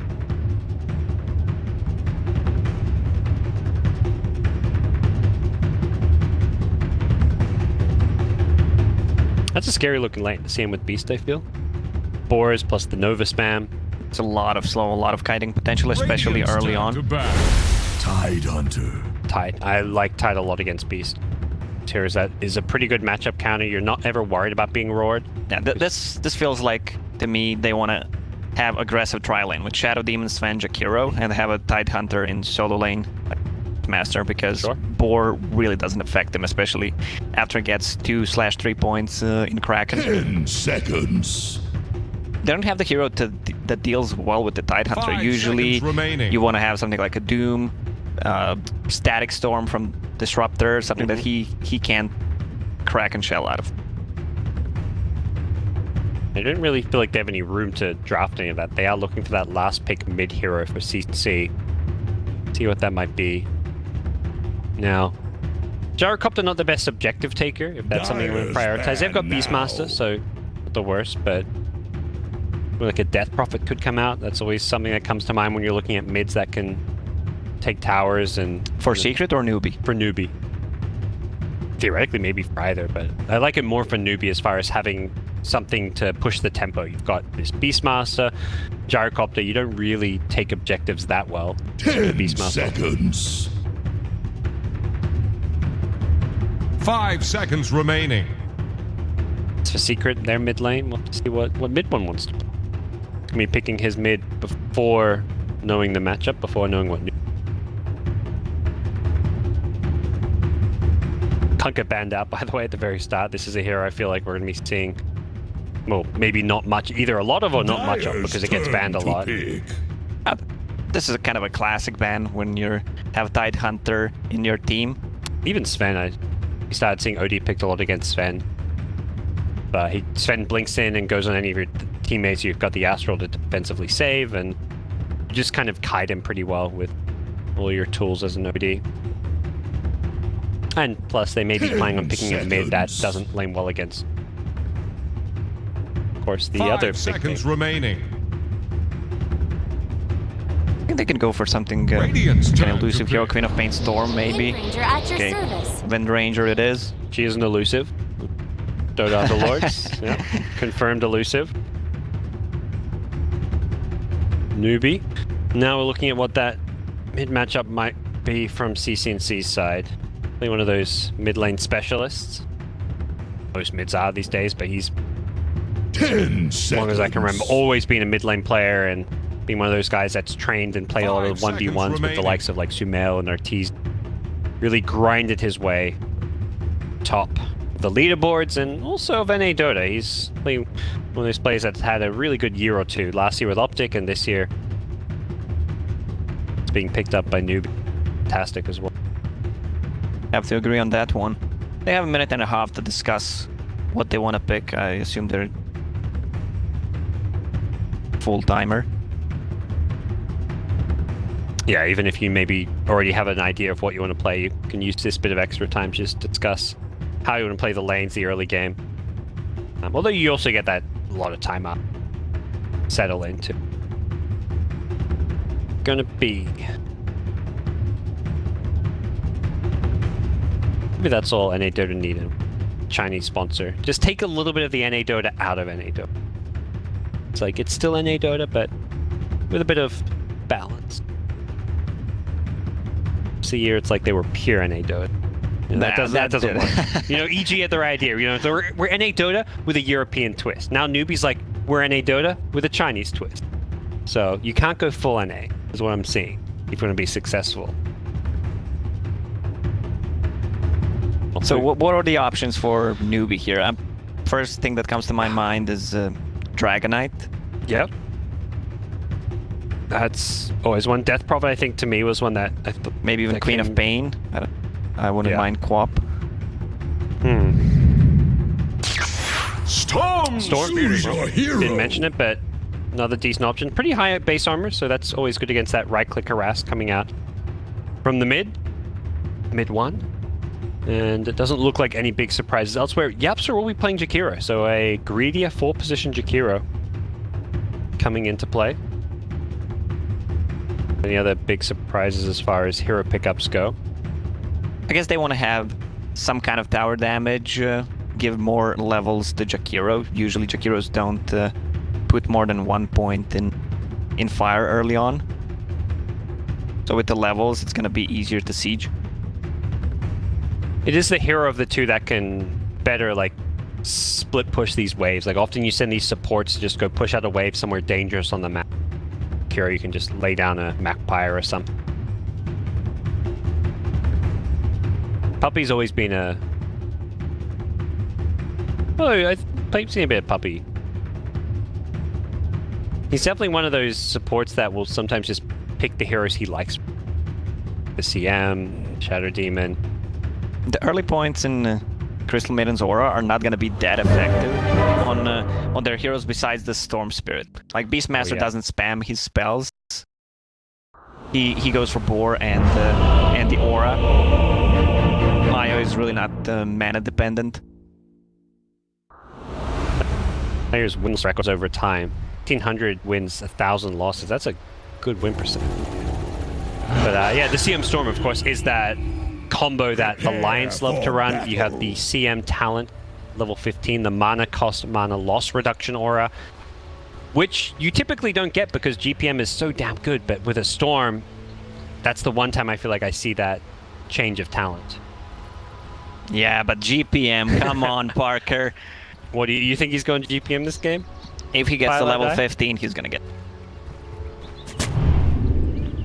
I mean, it's cool, but at that point, once CM gets to level 15, it's gonna probably be around like 25-minute mark. So Storm Spirit will have a lot of mana regen with the items and 4 points in Arcane Aura anyway. Boss here, just walking to the enemy ramp. Take some. I could find a different definition than a boss.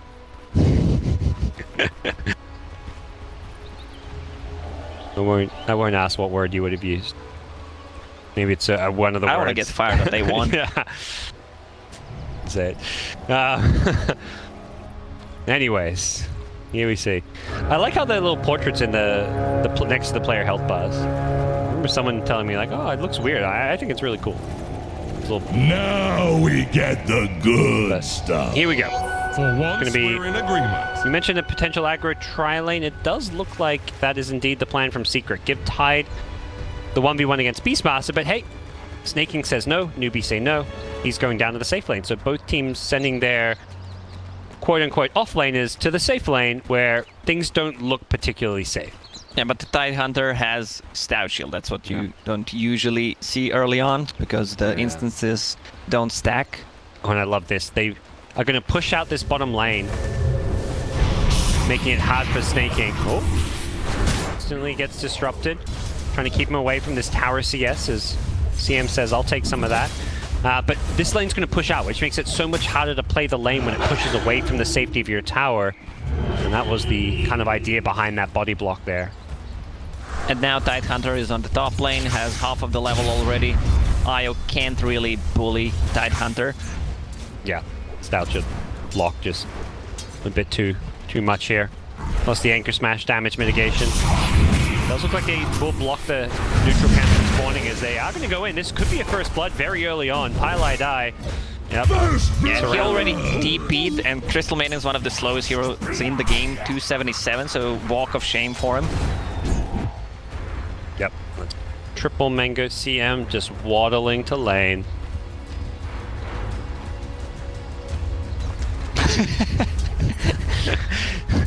That one's going on the Facebook wall, guys. Poor Pylai die. That's gonna get a lot of likes.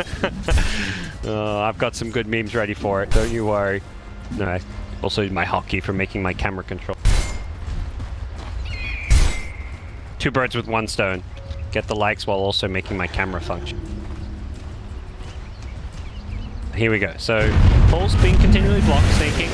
Trying to make sure there's just no pull camps to work with here. As CM does show back up to this lane. The Hawk being used to block this big camp to stop Secret having a side pull to play around with. But this is a very tough lane so far for Newbee. Tide Hunter, he's playing 1 versus 2 on top of CS chart. Has the same amount of CS as Windranger. Yep. Obviously good news for Secret. And then you look at the mid lane where Windranger and Storm pretty dead even as far as CS and farm goes. Not much separating them. I feel like that necessarily favors either of the two, and kind of a lane at least I would expect to go relatively even. I'm not a mid specialist, but yeah, Stormstreet is gonna find his farm anyway, especially with CM Aura bottom lane. Do manage to go on Snaking here with some body blocks and the disruption. They find themselves another kill. Puppey already with these boots, just finding these disruption initiations, and they've got that mana sustain from the Ring of Bassi. TP's back, but man, this is a really tough lane for Newbee to play.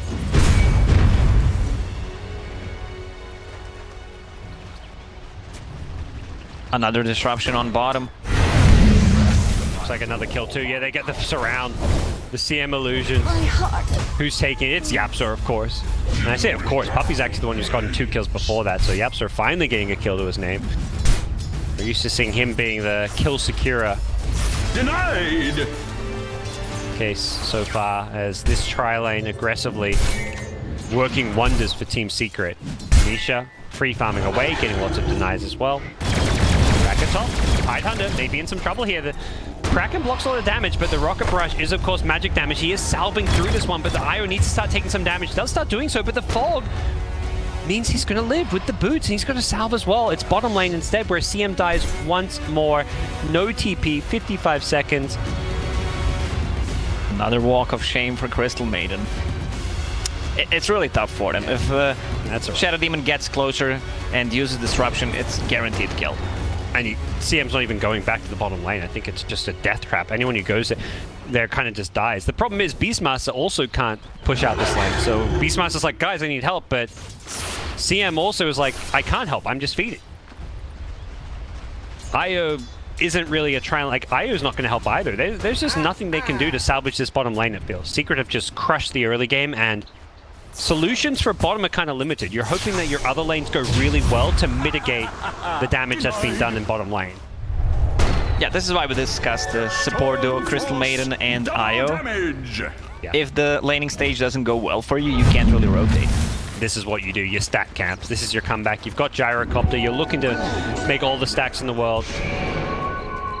CM would maybe even like to start farming jungle, but doesn't have any points on the Frostbite. For now, CM's just sitting around mid lane. In Pylai, I would say he's kind of looking a bit lost, but it's less that he's lost and more that there's just no good place for him to go. There's no lane where he can really help out right now. If he was level 3, at one point in Frostbite, at least he can jungle, stack the camps. Puppy block that camp. Yep. It may have been spotted, so that should be an easy D-ward potentially. Crystal Maiden, who is turn around this mid lane. Puppy looking to maybe put another ward, and they may have seen that one as well. They'll see Puppy walk by now without a ward, so that likely is going to be 2 easy D-wards. Oh, they're pinging it out. Beastmaster is paying attention. Rotate and kill Puppy. It's not sure if it's necessarily worth doing it, but yeah, they should know where those wards are. They're going to stack another camp, so CM is now just on stack Radiant's duty. middle tower is under attack. And honestly, this is the best thing Pylai can do. I like the decision. I think he's making the right call. He scouts out 2 wards as well, so I think he's just going to get 2 D wards here. We'll see him.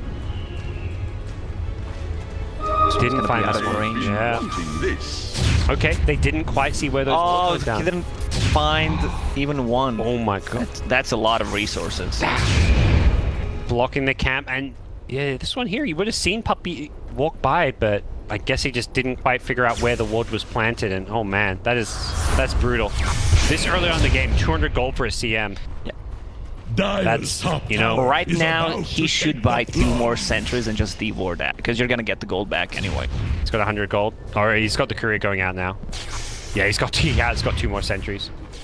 It's absolutely worth it, of course. But you need to But find you need to find them first. and they'll see this camp. Yeah, this camp doesn't respawn, so they should know that camp's. The other side, to the left, to the left. This is the most exciting thing going on now. Pylai Eye's dewarding mission. Oh, he's looking to see if the ward was in those trees. He's like, where is this damn ward? And oh no, Puppy finds him now as well. Looking for the surround. Oh no, he's missed another sentry. Pylai died. What's happening with Jakiro? He's having a seizure. Did you see that? I didn't know. Maybe just on my screen. He bought another sentry, by the way. He's given up on getting boots. He just can't find the ward. With that said, Puppy also pops a sentry and doesn't find the Radiant ward. So, you know, both teams struggling on the D-warding, but normally the team who gets the ward down first, which in this case was Pylai, has the advantage because you can see where the enemy then ward. But surely, this camp, maybe they didn't kill it in time. That's why he's thinking it did. All right, try number 3. Let's go. Pylai D-ward. This is number 4 sentry, actually. I meant attempt number 3. Oh, attempt number 3. Yeah. Round 1 he had 2, and then he, Come on, Pie. He's ringing the courier. Yeah, he's got it. Yes! He's got one. Tower is under attack. It kind of, I mean, that sentry pays for itself. It doesn't pay for the 4 sentries, but it pays for 1. And this one's a no-brainer. He bought another one. With his gold. Nice. I mean, that's his job. You're on CM duty here. We're putting a lot of focus on watching this. There isn't a whole lot of action going on elsewhere. There's both mid laners are farming their jungle, supports are taking over the mid lane, and there's a fight breaking out bottom lane. As I say, there's no action, of course. There is.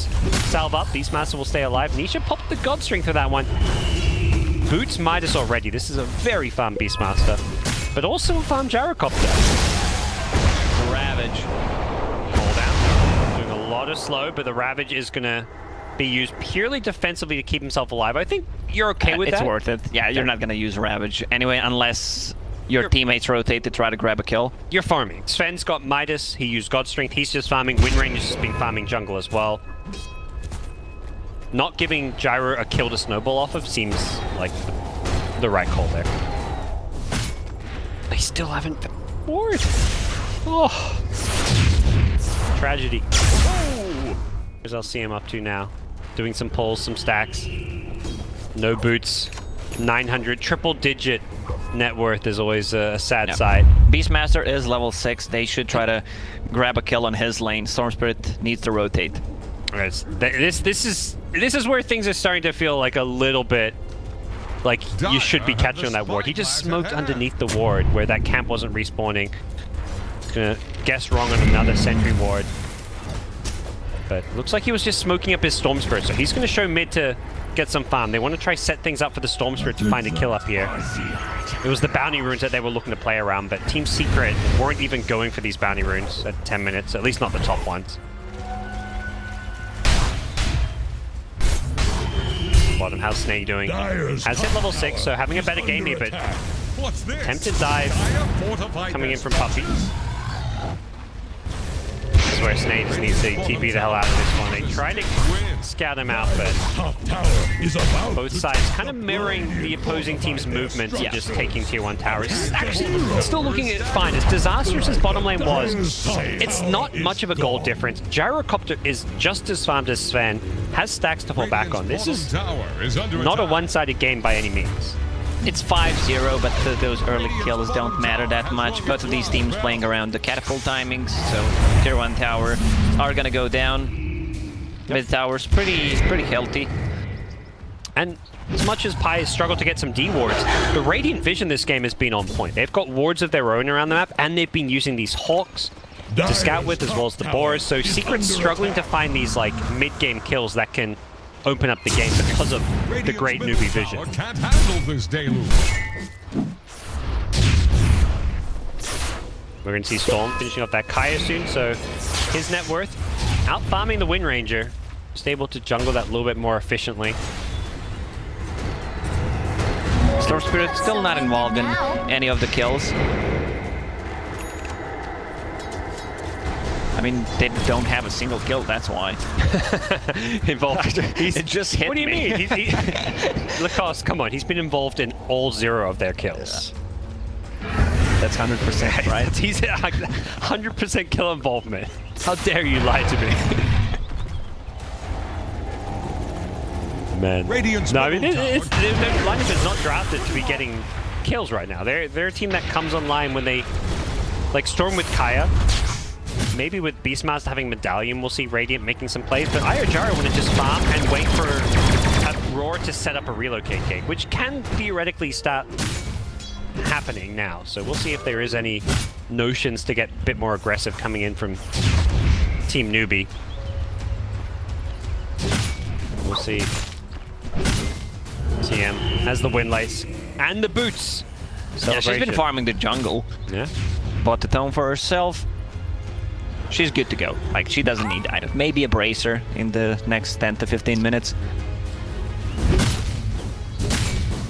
Doing some jungle farming. So a much more passive game compared to the last. Even though the last had like a Midas Slark, a Naga, a lot of greed, double Midases on one side against the Lifestealer Midas. It felt like there was a lot more action. This time around, both teams happy to play it slow.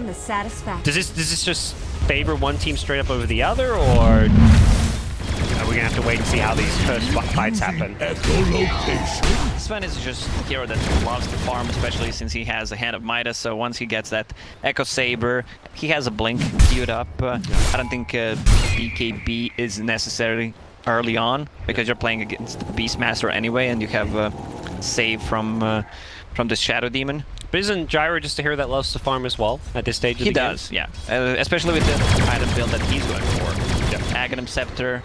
It's kind of a greedy build, but the game is passive, so he can afford to go for it. And I always feel like when you get to like super late game, Storm is like one of the best heroes in DotA. Speaking of, before that Caesar is going to be relocated, but the Ravage Macropie is waiting for them. Followed by a Shackle Shot. The Gyrocopter Io just gets blown to pieces. Storm gets the 1 kill, but he needs a way out of this one. Has a ball lightning, but not enough mana to escape, and they lose 3. I don't think they were expecting 2 heroes on the other side of those trees as mid one gets a triple kill. Yeah, also, Tidehunter's not the hero that you want to go for. Like, you can't lock him down. Bracket. This feels like it could be a tier 1 tower, 30 seconds for Storm Spirit. Sven popped the God Strength.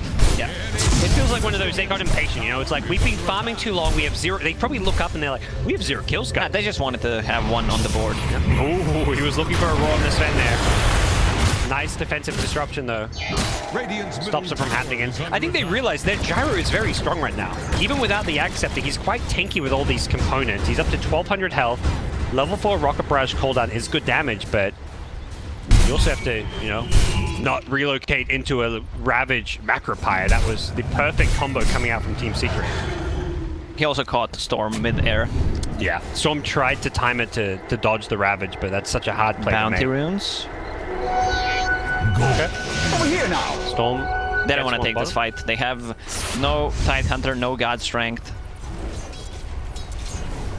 Okay, about to be back up. If they can find a roar.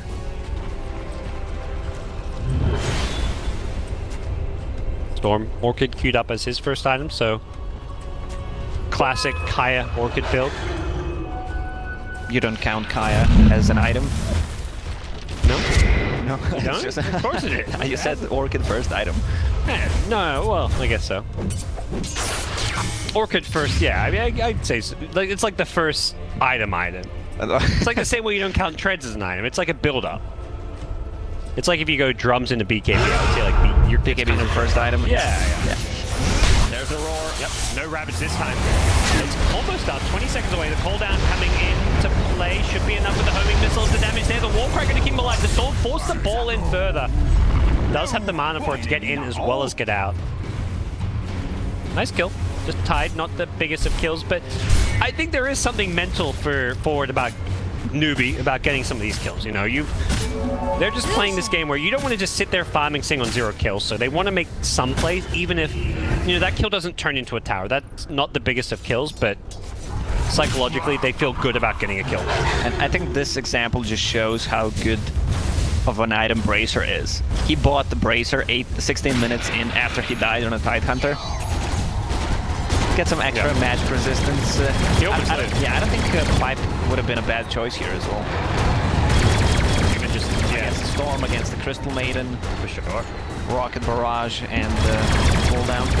Often, even just like the casual hood, maybe, if you're not going to go for the full pipe, just to make yourself that little bit unkillable, but not the case. Alright, Gyro just happily farming up some jungle here, and Gyro completed Ag Scepter. So his farm gonna accelerate even further now. Secret wants to take a fight right now. They have Sven, 200 gold away from a Blink Dagger, full BKB on Wind Ranger on top of Javelin.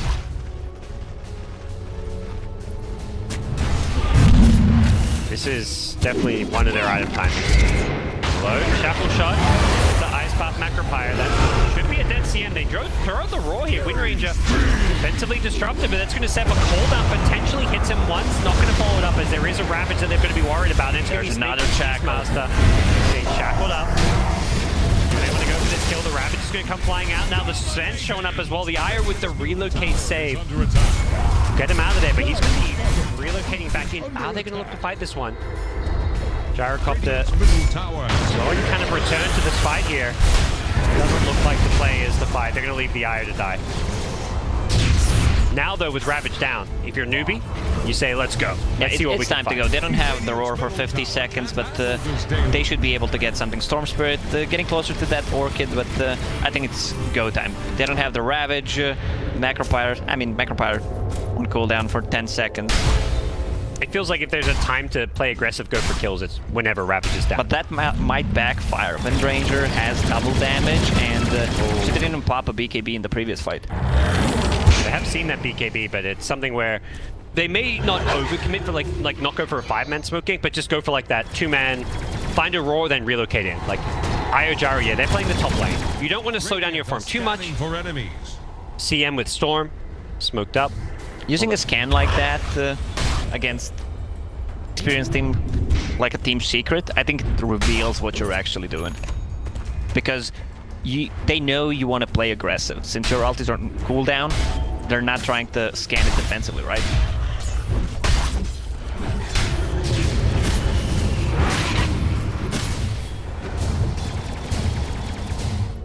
Secret playing on the other side of the map. Avoided the aggression of Newbee. Radiant's bottom tower Ravage down. 50 seconds. They aren't really looking to fight. And Newbee may get themselves a tier 2 tower out of this.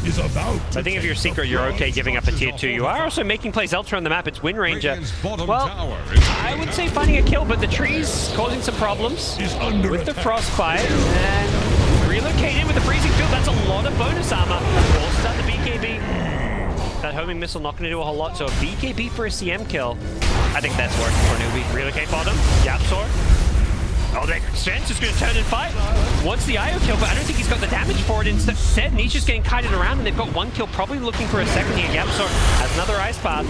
They leave behind the Beastmaster, who should be able to get this kill. Gyrocopter no longer there. Does look like Yapsor with the forest slows. Yep, they get that kill. Ravage back up now, and I don't think you want to chase for more. Gyrocopter did get pulled back to keep on farming. Team Secret overextended a little bit. The Shackle didn't connect on CM. Nice play by Pylai there. Ringa Rosie around the trees. Yep. And forced a 10-second BKB. That feels good when you're like that 5 position that sets up a nice sequence of events for your team. Just dying alone for the 10-second BKB feels like you're okay with it. But then not just that, but you also lead into a relocate bottom, the Sven going down, so quite what Secret were hoping for as far as how they play around the Ravage being off cooldown. Now the pickup potential is extremely good. They can basically be 4 with just the Beastmaster being on different side of the map trying to set things up. Storm Spirit with the almost 2,000 mana pool plus a relocate. That is a lot of global potential in it. Something that's difficult to play into because, you know, Newbee just also have this ability just to kind of stall out this game now, keep these lanes pushed as well. So someone like CM can just go push lanes, and if Pylai, you know, of course the Pylai joke, you know, he's just going to go to lanes and kind of die over and over again to create some space. This is well worth it. Even if he gets ganked up here, he's getting some farm. None of his teammates want to be farming this lane because it's such a dangerous part of the map to me, so he's just going to kind of suicide push lanes. And yeah, I would not mind to see Beastmaster picking up something like a Shadow Blade. Yeah, I was thinking this is what the Universe was doing when he was on his prime. Yeah. Just being on a different side of the map, Shadow Blade into Roar, into Relocate, pretty easy setup. Yeah, when you're playing with the Eye Gyro, either that or the Blink Dagger. But for now, Solar Crest into Vlad's is queued up. He wants to enable his carry. Gyrocopter. Solar Crest is such a good item. Such a boss item, especially against the Wind Ranger and Sven. It is a little bit busted. Huge zip. Yep, they catch out the Sven. He doesn't have his BKB yet. He's short on gold, and that's going to be an easy, quick kill. Tidehunter was just not in the neighborhood. Does have a Blink Dagger, but they lost him too quickly. Shadow Demon was a bit too far away, and also his disruption was on cooldown, so he could not save him. And even if the Tide's there for a Ravage, this Gyro has BKB now, so hitting him with this Ravage is just a little bit more Solar reliable. Crest. Do they want to go for Roche? I think that's the play. This is risky though. Blink Ravage potentially could come in, as well as a new freshly picked up MKB on Wind Ranger. And looping all the way around to catch him by surprise. Roshan dropping fairly low, down to about a quarter health here. Blink Ravage comes in, they don't get the BKB off in time. Caught him by surprise. Follow-up Ice Butt is there. Gyrocopter getting very low. He's going to drop before he can BKB. As Wind Ranger going in with that focus fire now gets roared. Damage has been done though. The buyback from the Storm Spirit, they want this Roshan. Who's going to grab it? The Aegis isn't going to hit the deck. It gets snatched by the Tidehunter. Great play from Zai. Storm would have loved to get it. He couldn't quite, but he is cleaning up here with the buyback. Nisha now shows up, doesn't have BKB, but doesn't have any problems with that as he completely annihilates. Oh, they're going to Newbee find in the pit. Io in the pit as well. Oh dear. Ice Bat, 3, 2, 1, go. Picked off. Gyro decided not to BKB. What a team fight. We'll take another look at that one, but it all comes down to Tidehunter just blinking in blindly. Yep. You gotta just trust it. And you have to go for the insta-ravage. You can't hesitate when Gyro has a BKB. You need to catch him by surprise and hope that he doesn't react. If he BKBs before that ravage hits, totally different fight. Yeah, Yapstors, Macropires, and Ice Bats were really on point. Storm Spirit tried to go for a risky play. I mean, that's what you need to do. Buy back, try to get a Roche. Didn't happen. He still got some kills out of it. Yeah, but he's in a really bad spot right now. Yeah. Great sequence of events for Secret. One of those stressful moments where if Storm does manage to get the Aegis on the ground, it's kind of worth it in the end for Newbee. But ultimately, just not respecting that surprise blink smoke. And I love the way Secret, they come from that direction, probably because they expect if they come from the standard direction on the top side of the Roshan pit, someone's going to be there to pop the smoke. So they take that route, least likely for their smoke to pop. Oh, they're pinging it. Oh, they may see Wind Ranger. This ward gets vision. They have the hawk on them. Jumper though. Nope, they're gonna go for the other target. They get the roll out, they want to get this thread. He doesn't have BKB once again. He's bursted down. No BKB, he bites back instead, but this gyro BKB is just charging forward, takes out the tide, doesn't have the IO to back him up anymore. And Sven charging on in, doesn't have God String for a couple more seconds, and it looks like Newbee may just try and disengage. Fire, he tethers into an ice path. Not quite what he was hoping for there. One or two more right clicks may finish him off. Nisha trying to chase him down, being slowed a little bit. He doesn't get the relocate out. He's 1 second gonna away. die again. Dieback. Yeah, Nisha. Crystal Maiden, another mana here. Will survive. Bounty runes are spawning. It looks like Newbee will get all 4 of them. Dieback from the Sven, who's even further from the BKB all of a sudden. Yeah, as you said, this gyro with the BKB, they have nothing to address that problem. And Sven goes down so quickly. They use the Solar Crest offensively after Storm zips in. He just melts. Yep. I thought they were going to go for the Wind Ranger, but that's Sven. Without BKB is the better target for sure. And again, I mean, Newbee showing up and playing some fantastic Dota here at TI. This game far from over. It's a 1k gold lead and a kill lead for Secret. But both game 1 and now game 2, they are looking like a formidable opponent who is pretty much being close to on par with Team Secret, one of the, perhaps the best team in the world. Gyro's thinking about what he wants to go for next.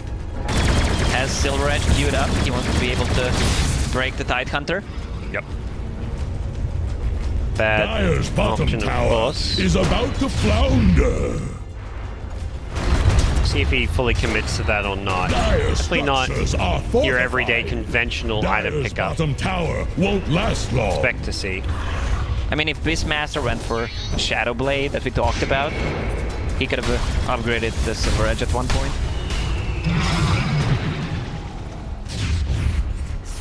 Yeah, so that's the Vlads and the BKB queued up. I like the BKB though. You're playing into the Tidehunter. It does feel like one of those items you want on all 3 of your cores eventually. And yeah, Storm, he's got it queued up Dire's and about to middle be tower completed. is under pressure.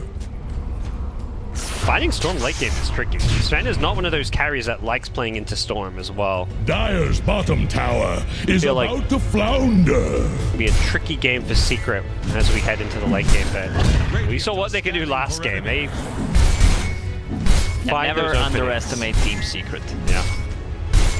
Aetherlin's Jakiro. I feel like that's an item I do not see all too often in Jakiro. That's a lot of mana on Jakiro. Even has Arcane Boots working towards that Guardian Greaves. Close to that level 20. Would love that GPM talent, I'm sure. The extra cast range on Ice Path is real. May allow you to maybe catch Storm or someone by surprise.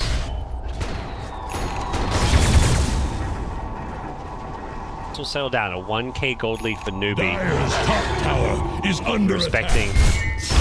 somewhat potent team fight Tidehunter, and they have given Sven time and room to finish off his BKB. He's got it now, so Nisha will be pretty happy with that one. Shadow Demon has one job. Just keep an eye on Sven. If they initiate on him and he does not have a BKB, he needs to cast a Disruption on him.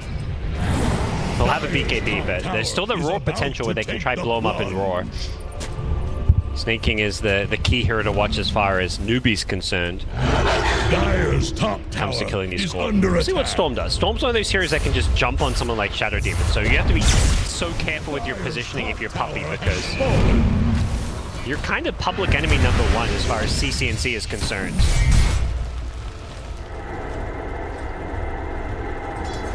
What are we doing? Some of these later towns. Level 20 Beastmaster, so gets some 500 health. Gyro is pretty underleveled, only hitting 18 so far. Radiant's middle tower is Often under has- Who's stealing his levels? That's right, Io.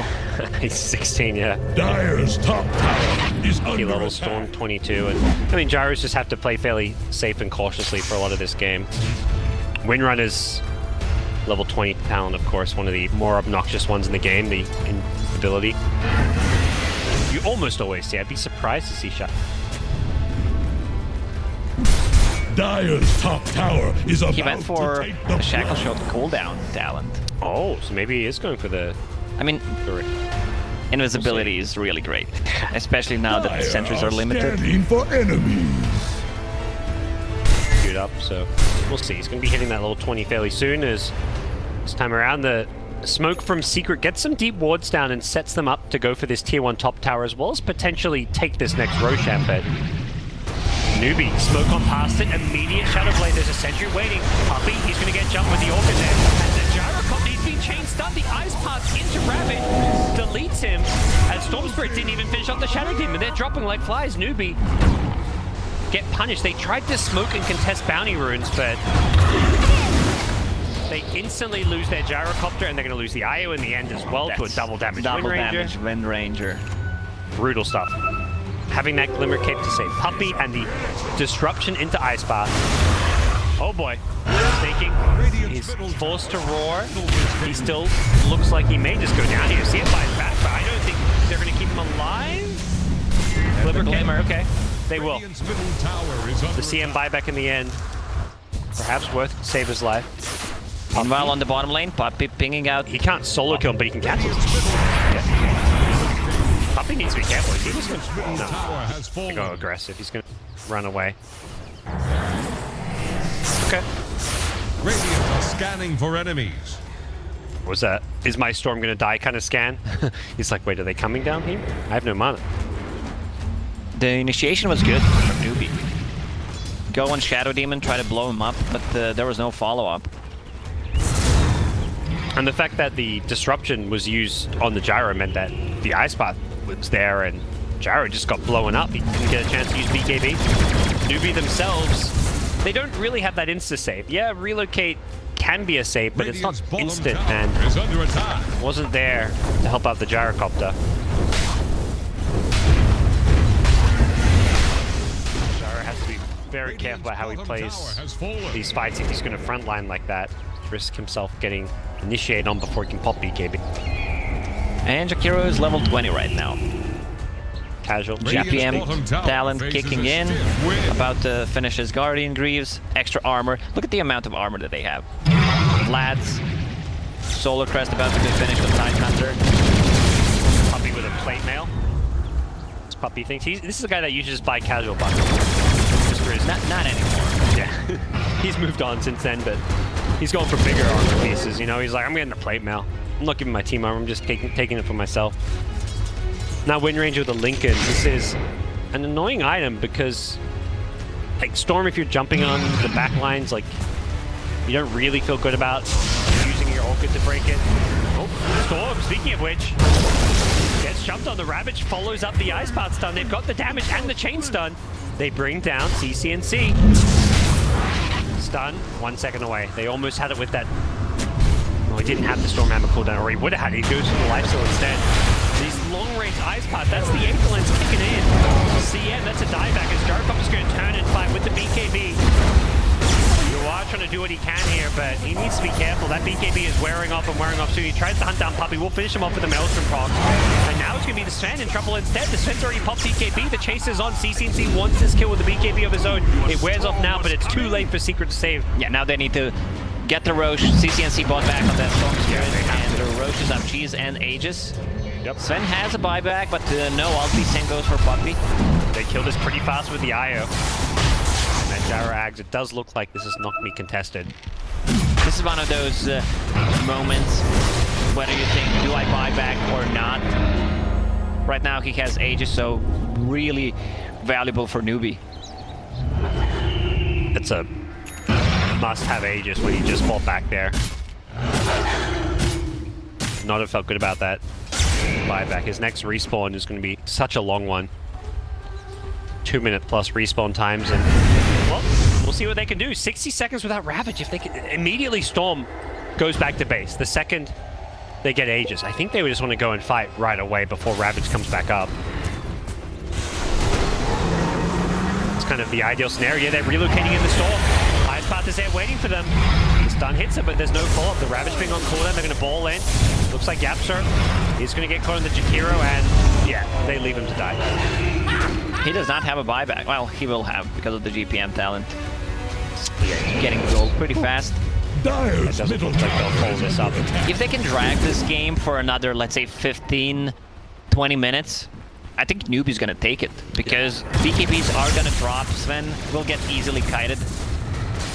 with the Boars or just Crystal Nova, it's really hard to play Sven. Yeah. And I mean, I decided to go for GPM talent. I just saw that. I was like, oh, come on. They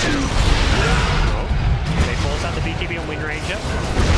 Shadow Demon trying to come close, but the flash is just destroying Puppey. And now with the break, they're going to bring down the Wind Ranger, balling in. They're looking for Puppey. Another ball lightning. Storm has a bit of mana left. He's used most of it, though. Needs to be careful. But with the Aegis, he feels very brave, and rightfully so. Puppey should go down to 1 or 2 more right clicks. The Orchid Pop is there, and that's going to be enough. Tier 1 tower. Looks like they should be able to get this one. Relocate. They've gone into the high ground. Hello. Found the Tide Hunter buyback from Puppey, but they're not going to get anything out of this. They just went in balls deep. Why the hell not? They just killed Tide. He hasn't got buyback. He's set for 55 seconds. That's huge. Tower is under attack. Can they just go high ground off of this? They can. I mean, they should be careful about the Tide Hunter because they don't know if he has a buyback or not. We're But not they worried want to about check, it, but yes. Yeah. It's one of those things they may just want to force it and then disengage. So they're going to be very cautious about their high ground push potentially.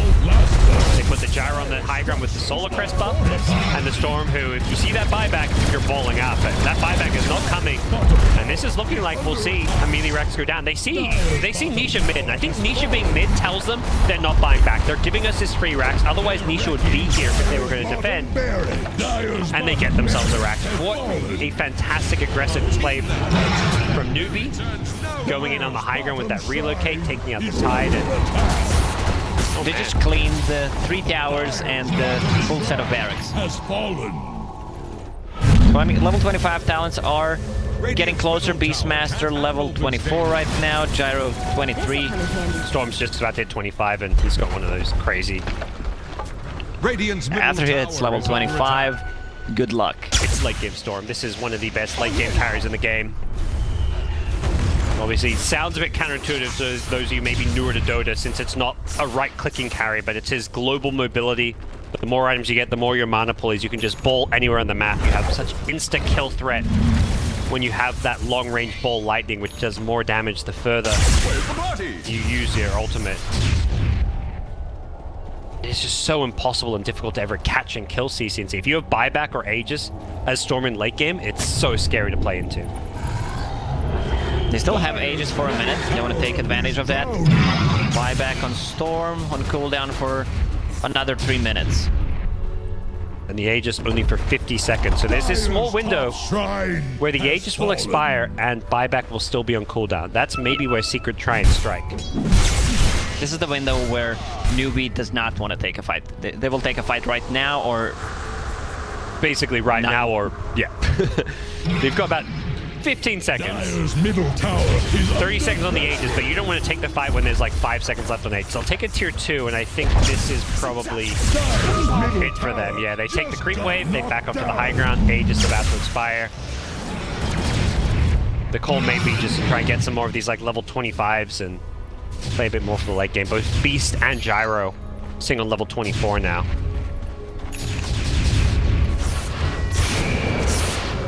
Complete map control going Newbee's way. After fantastic game 1, they are once again setting themselves up to succeed here. No tier 2 towers left. Aegis is gone. Roche may respawn in a bit less than 3 minutes. More GPM talents, both Newbee supports with these 150 GPM talents. As for the Dire side, no GPM talents for poor Shadow Demon, just the Jakiro. Imagine if Shadow Demon had GPM talents on level 10. That'd be a good hero. Well, I remember when they first added talent, it was when Shadow Demon was like the most OP 5 position, so to make up for it, they gave Shadow Demon like the worst talents in the game. It was like +5 strength at level 10, and you had every talent you got to Shadow Demon was just utterly terrible as a way to basically balance the hero being too good. Now, you know, some of the talents are a little bit better. They're still not the scary. I like 30 XP, not bad. Movement speed, it's okay. Soul Catcher on level 20 is big. Yeah, that's what we really see. double disruption. I mean, 25 talents by nature. So Beast slightly away, 1 or 2 more creeps away from hitting 25. Hawk cooldown, I would expect, or what? No, God, please You no. don't think so? Nah. You want the inner Inner beast? beast attack speed is just insane, especially with Gyro's Okay. Flag, Storm Spirit. It's only 25 though, but yeah, okay, I see what you mean. It just seems like a smallish It's number AoE attack. 25. Yeah, it's 25 for everyone. But you know, it's just what the Gyro Storm are the ones right-clicking. I'm with you. I like both. I don't think either sounds like crazy OP by any means. And he goes gets for the Hawks. He's on my side. Come. I know Well, the points sometimes you making. gotta look stupid so we can be smart. Yeah. Normally that's me looking like the stupid one here. Nah, don't you try to take it away from me. What else we got? Sven, his 25 coming up. Don't worry. Gyro 25 coming up. That's definitely going to be the global cooldown. Such a good level 25 talent, Lacoste. What about the homing missile charges? I mean, it's not bad. You can pop the link and Red Ranger. I was trolling you. Oh. Dude. Global I don't know. I mean, you said the Hawk. I would disagree on that one. Yeah, that's true. This is why Dota is such a beautiful game, because everyone can have opinion. I think global cooldown 25 is maybe like the worst 25 in the game. One of the worst. Have you ever played Position 4 Gyro? It's a good one. You don't get level 25 that much on position 4 though. But even position 4 Gyro, I still want the homing missile. No, the homing missile is. Yeah, even Way, as a way position better. 4, I'd still want that. It's like a good stun and nuke as well. Late game BKBs get pretty short too, so. Global cooldown. I think the cooldown used to do more damage, which is where it kind of felt okay, but they kept nerfing the missile damage. Where it was like, it doesn't even, if it killed a creep wave, that's one thing, but it doesn't even kill a creep wave. It's 550 damage. Creeps have what? 610 health, so you're not That's even why you killing buy creep Kaya. That's played the this next position level play. before, okay. Yeah. I guess what, with the bonus damage? Is that Spell Amp 372. he's at 585 damage. It's still not enough. He's still not killing creep waves with it. Double With dip. Kaya, it would be enough, I guess. Yeah, it would. Alright. I don't think he's got the slots for Kaya in his item build, Nah. unfortunately. Yeah. Doesn't Don't listen quite- to us. We're just theory crafting. This is not Yeah. your typical pub game. This is Team Secret against Newbee. These teams are saving those strats for TI-10. Here we go. Down the mid lane we go. Smoked up. Playing around that next Roshan. It's respawned in 2 seconds time. Just know how important it can be. And Storm, Sven did hit level 25 himself, so Nisha has that talent. CM needs to be a little bit careful. That long-range Ice Path initiation. Pull stuff away. Now they know where Secret are. You'd kind of expect them to be around this Roshan pit, but they've got the confirmation. Right, with a gem. Important to be able to kill these damn pesky hawks. Can't let your opponents have this big vision advantage.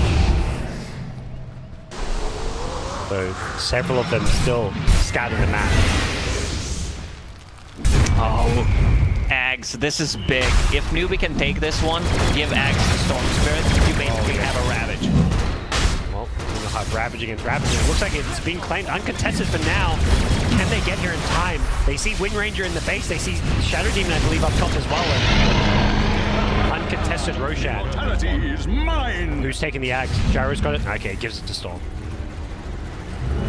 For a second I was like, is Gyro going to use this just so we can get an extra item slot? Regeneration. It's such a good axe upgrade on Storm.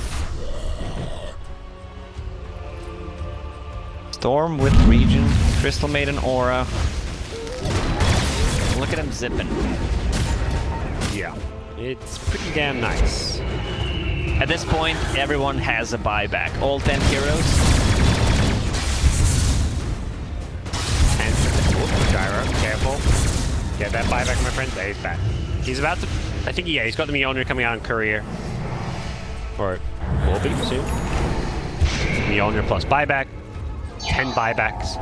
This is the late game Dota. We've seen every single game today has been 50+ minutes on Outstream. Well, I don't know about the games back when we weren't here, but we had TNC versus Keen. That was some crazy late game Dota, and here's Secret and Newbee delivering quality Dota as well. This'll come in handy. Bounty Rune's going to spawn, and for now it's Newbee just increasing their lead bit by bit. Got this economy going. They've got those GPM talents. 2 GPM talents against 1. Easy math, huh? Absolutely. The 19k is the math. That's how much that extra GPM talent is worth. Storm Spirit is farming the map way too fast right now. Yep. Do they break high ground with this Aegis? What do you think the plan kind of is? I think they just want Storm Spirit to have his buyback because he fully committed, has that Lincoln Sphere right now. Push out all the waves and then take a team fight. This bottom lane will kind of naturally push itself with the Rax claim, so they are kind of waiting for that hero to expose itself. Yeah. And they probably remember what happened last game. They were in basically this exact position. I don't know if it was this much of a gold lead, but they went for a high ground push and they died. This is the timing if they wanted to go for. Like 45 minutes to siege units, but they... Oh, Storm Spirit, Arcane Rune. Catapults are approaching, it's go time. I think they're just a little bit scared from last game. That high ground push where they had the life stealers slow sieging the base and they got jumped and lost the game. They're just a little bit tentative to make a play. They do smoke up and they will be sending those Hawks to get them some vision. Yeah, Storm's just going to jump in, see what he finds. Trying to bait out some spells. Doesn't even commit too much of his mana pool for this with the regen he's got. And they are going to get the D-wards going. They just want to control the vision around this area. They don't necessarily need that high ground ward when they've got Hawk. Storm going to continue to try and force out some spells. Gyro gets gone. He does not have an Aegis. Satanic. And with the Satanic and the Eye backing him up, Storm going to jump on the backlines here. Wants to maybe find Nisha. Nisha's BKB has been popped, and with the BKB wearing off, it's going to get a whole lot harder for Secret to take this fight. Titanus still has Blink Ravage though.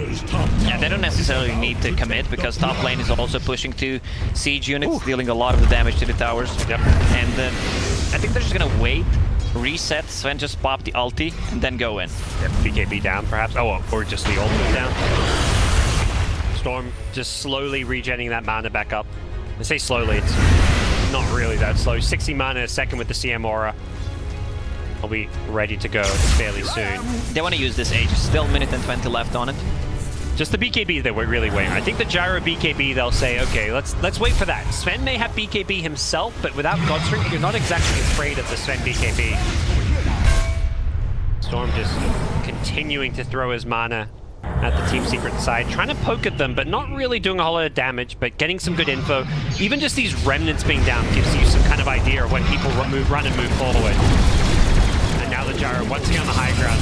It's the Secret high ground defense being tested once more. That right-click damage with the MKB. So much damage as they do jump in on the Wind Ranger. Limerick is there, the cooldown being used just to kind of kite them around a bit. Nice ice blast to catch the Gyrocop to stop him from running on in. Nisha getting fairly low here. Blacking off the racks here is Rocket. Yep. Oh, Nisha forced to pop his BKB just to keep himself alive. Doesn't want to die there. As Storm is completely out of mana. Aegis is gone in 20 seconds. They should be careful. They want this melee rack, so I gotta imagine. Are they gonna commit for it? Gyrocopter can come back in, hasn't got BKB anymore, but it looks like the melee rack is going to go down. Shackle shot going to land here. The Sven folds it up with the Ice Path as well for the relocate out. Nicely done by the Eye to keep him alive. Storm has to be careful now as well. That's the Aegis. They get the melee racks, the range racks, less important. It doesn't regen up. Storm just zipping in, trying to put some vision with the remnants. Exactly. He's getting vision. He's not really going for kills. He's not really trying to do anything crazy. Like, he's not afraid. He has 2 defensive items, BKB and the Lincoln Sphere. Yep. So they can't really pop it fast enough. Ideally, you'd want to stun him or use Bloodthorn on him, but I don't think that's going to happen, or put the disruption into Iceman. No way, just no problem. They're just not giving Tide an opportunity to go for a Ravage, but they are going to jump this Gyro. Is there a save from the Roar comes into play? It's going to buy him enough time with the Satanic. Satisfers as Gyrocopter gets up the BKB. Disrupted there, he's just flacking through everyone. He's absolutely destroying Team Secret. They're lose the tide. He's already used the ramp as well. Mid-one's going to be careful. He's running in with his own beat. He wants to focus out the gyro, but the life steal from the Satanic keeps him alive just long enough. Buyback's come flying in, both Wind Ranger and Tide. Nisha's still in the front lines with the BKB. Doesn't need God Strength for now. He's still going to take out the Beastmaster. Force the Buyback to CM also with the BKB, doing all kinds of damage. The double pull coming in from the Aghanim Scepter of the Storm. They've taken out Sven. He buys back as well. 4 buybacks being used. The Shadow Demon, it's a dieback from Puppey. And the last melee Rax is going to fall here. This could be Megas. Secret losing the range Rax at mid as well at the same time. They've come back from Mega Creeps once today already. They may be asked to do it again. But for now, they keep their melee Rax alive. Just barely. I don't think Newbee are done though. They buyback submitted by Newbee. They want to go in. They want to finish this. Storm zipping in. Yeah, gets the pull out as well. The homing missile follows it up. They're just trying to buy some space, but Gyro has to be careful. He's got no buyback. The full stuff. We're going to pull him out of the base here. Storm, he's been shackled up, and they get this Rax here. Gyrocopter running and getting incredibly low. You've got to be so careful. You are. He gets taken out. What are you doing? You are. He's dead for 2 minutes.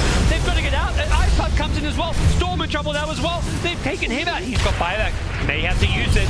They lose the CM. They're just dropping one by one. It's deja vu from game number 1 as Io barely survives.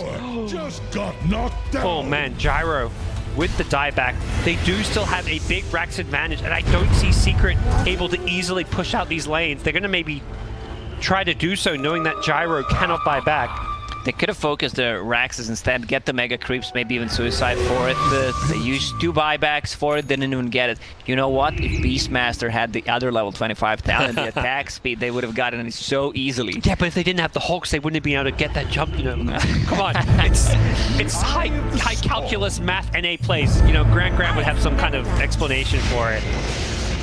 As Storm trying to ball and take the creep wave out. He gets the siege creep in the air, but I believe that does take down the backdoor protection. As they can focus down the buildings, instead they go for the kills. They know this is potentially a dieback, and the Io relocate save is there.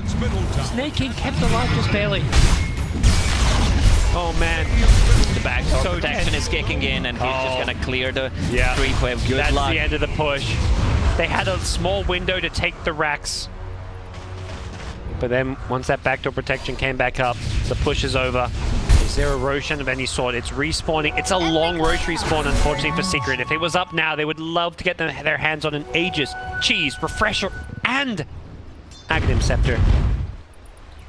But it's not. So what level 25s do we have? Wind Ranger just hit hers in that previous fight. 30% cooldown reduction, which works on items as well. 9-second cooldown on Lincolns, and 49 on This is huge on Jakiro. Ice BKB. Path duration. Oh yeah, that one is With actually an insane. Octarine core. 6.75 second cooldown Ice Paths. Wow. Only 3 seconds downtime. Yep. And the other 25s yet to come out. We're still waiting on some of these supports. Io probably going for the relocate cooldown in this game. Doesn't have any damage items. It's pretty good with Gyro having the flak, of course, but we've seen these clutch relocate saves. Yeah, especially if they get Mega Creeps. Yes. Puppey puts the ward down. They know something. Yeah, they saw the ward. They had a sentry there, but they're still going to get CM jumped on. They've got to cut their losses here. They know that the dire ward was planted there. I think you just disengage. There's no... They're going to go for Roche. That's the problem. Yeah, there's no lanes that you're worried. You're not worried about losing Rax here, but you are worried. You've just lost Roche control. And it's just a CM, but it's still a CM here. They dodge the Ravage. Oh, the Satanic, the status resist against the right department. Yeah, where is the life still? It's not there. They lose Gyro. It's a dieback. He didn't get the relocate out. Stormbird's falling in. Gets the Ravage of his own. He catches out forward the Vortex. Io's got relocate back in, and he's going to pay the price. Does have buyback. Immediately pops it. Double gem on the ground. Oh, they're waiting. It's sticking around. Where was Storm Spirit in that fight? I did not see where he was. Well, There's going to be a huge zip. He is chasing. He got him. No BKB, but there's a Satanic with the status resist. He's getting shackled as well after an ice path. They've just lost Storm. It's a dieback. Oh no. Team Secret. Have they done it again? Have they pulled victory out of a hat? Beastmaster shackled, pops back to the mid-ranger. Dead without buyback. And it's about to be 4 if they can't keep this Beastmaster alive. The Io puts a BKB of his own in the backlines, and the creep wave, it hasn't been dealt with. Go Scepter. It's just Io. And and he's been power shotted down. Mid one's going to finish him off. They're going for That's team. it. Was they GG. Oh my god, I Holy can't believe shit. that Team Secret actually won this game again. It was literally the exact same script as one. Team Newbee, So you're saying Team Secret is using scripts? with the way they play, it sure as hell feels like it. Holy cow. How does this team do it? They win these seemingly impossible to win games. They're just that good. I think Newbee made a mistake there, not going for mega creeps, 2 buybacks Yeah. as well committed, while Roche was not alive. They didn't get anything out of those 2 buybacks.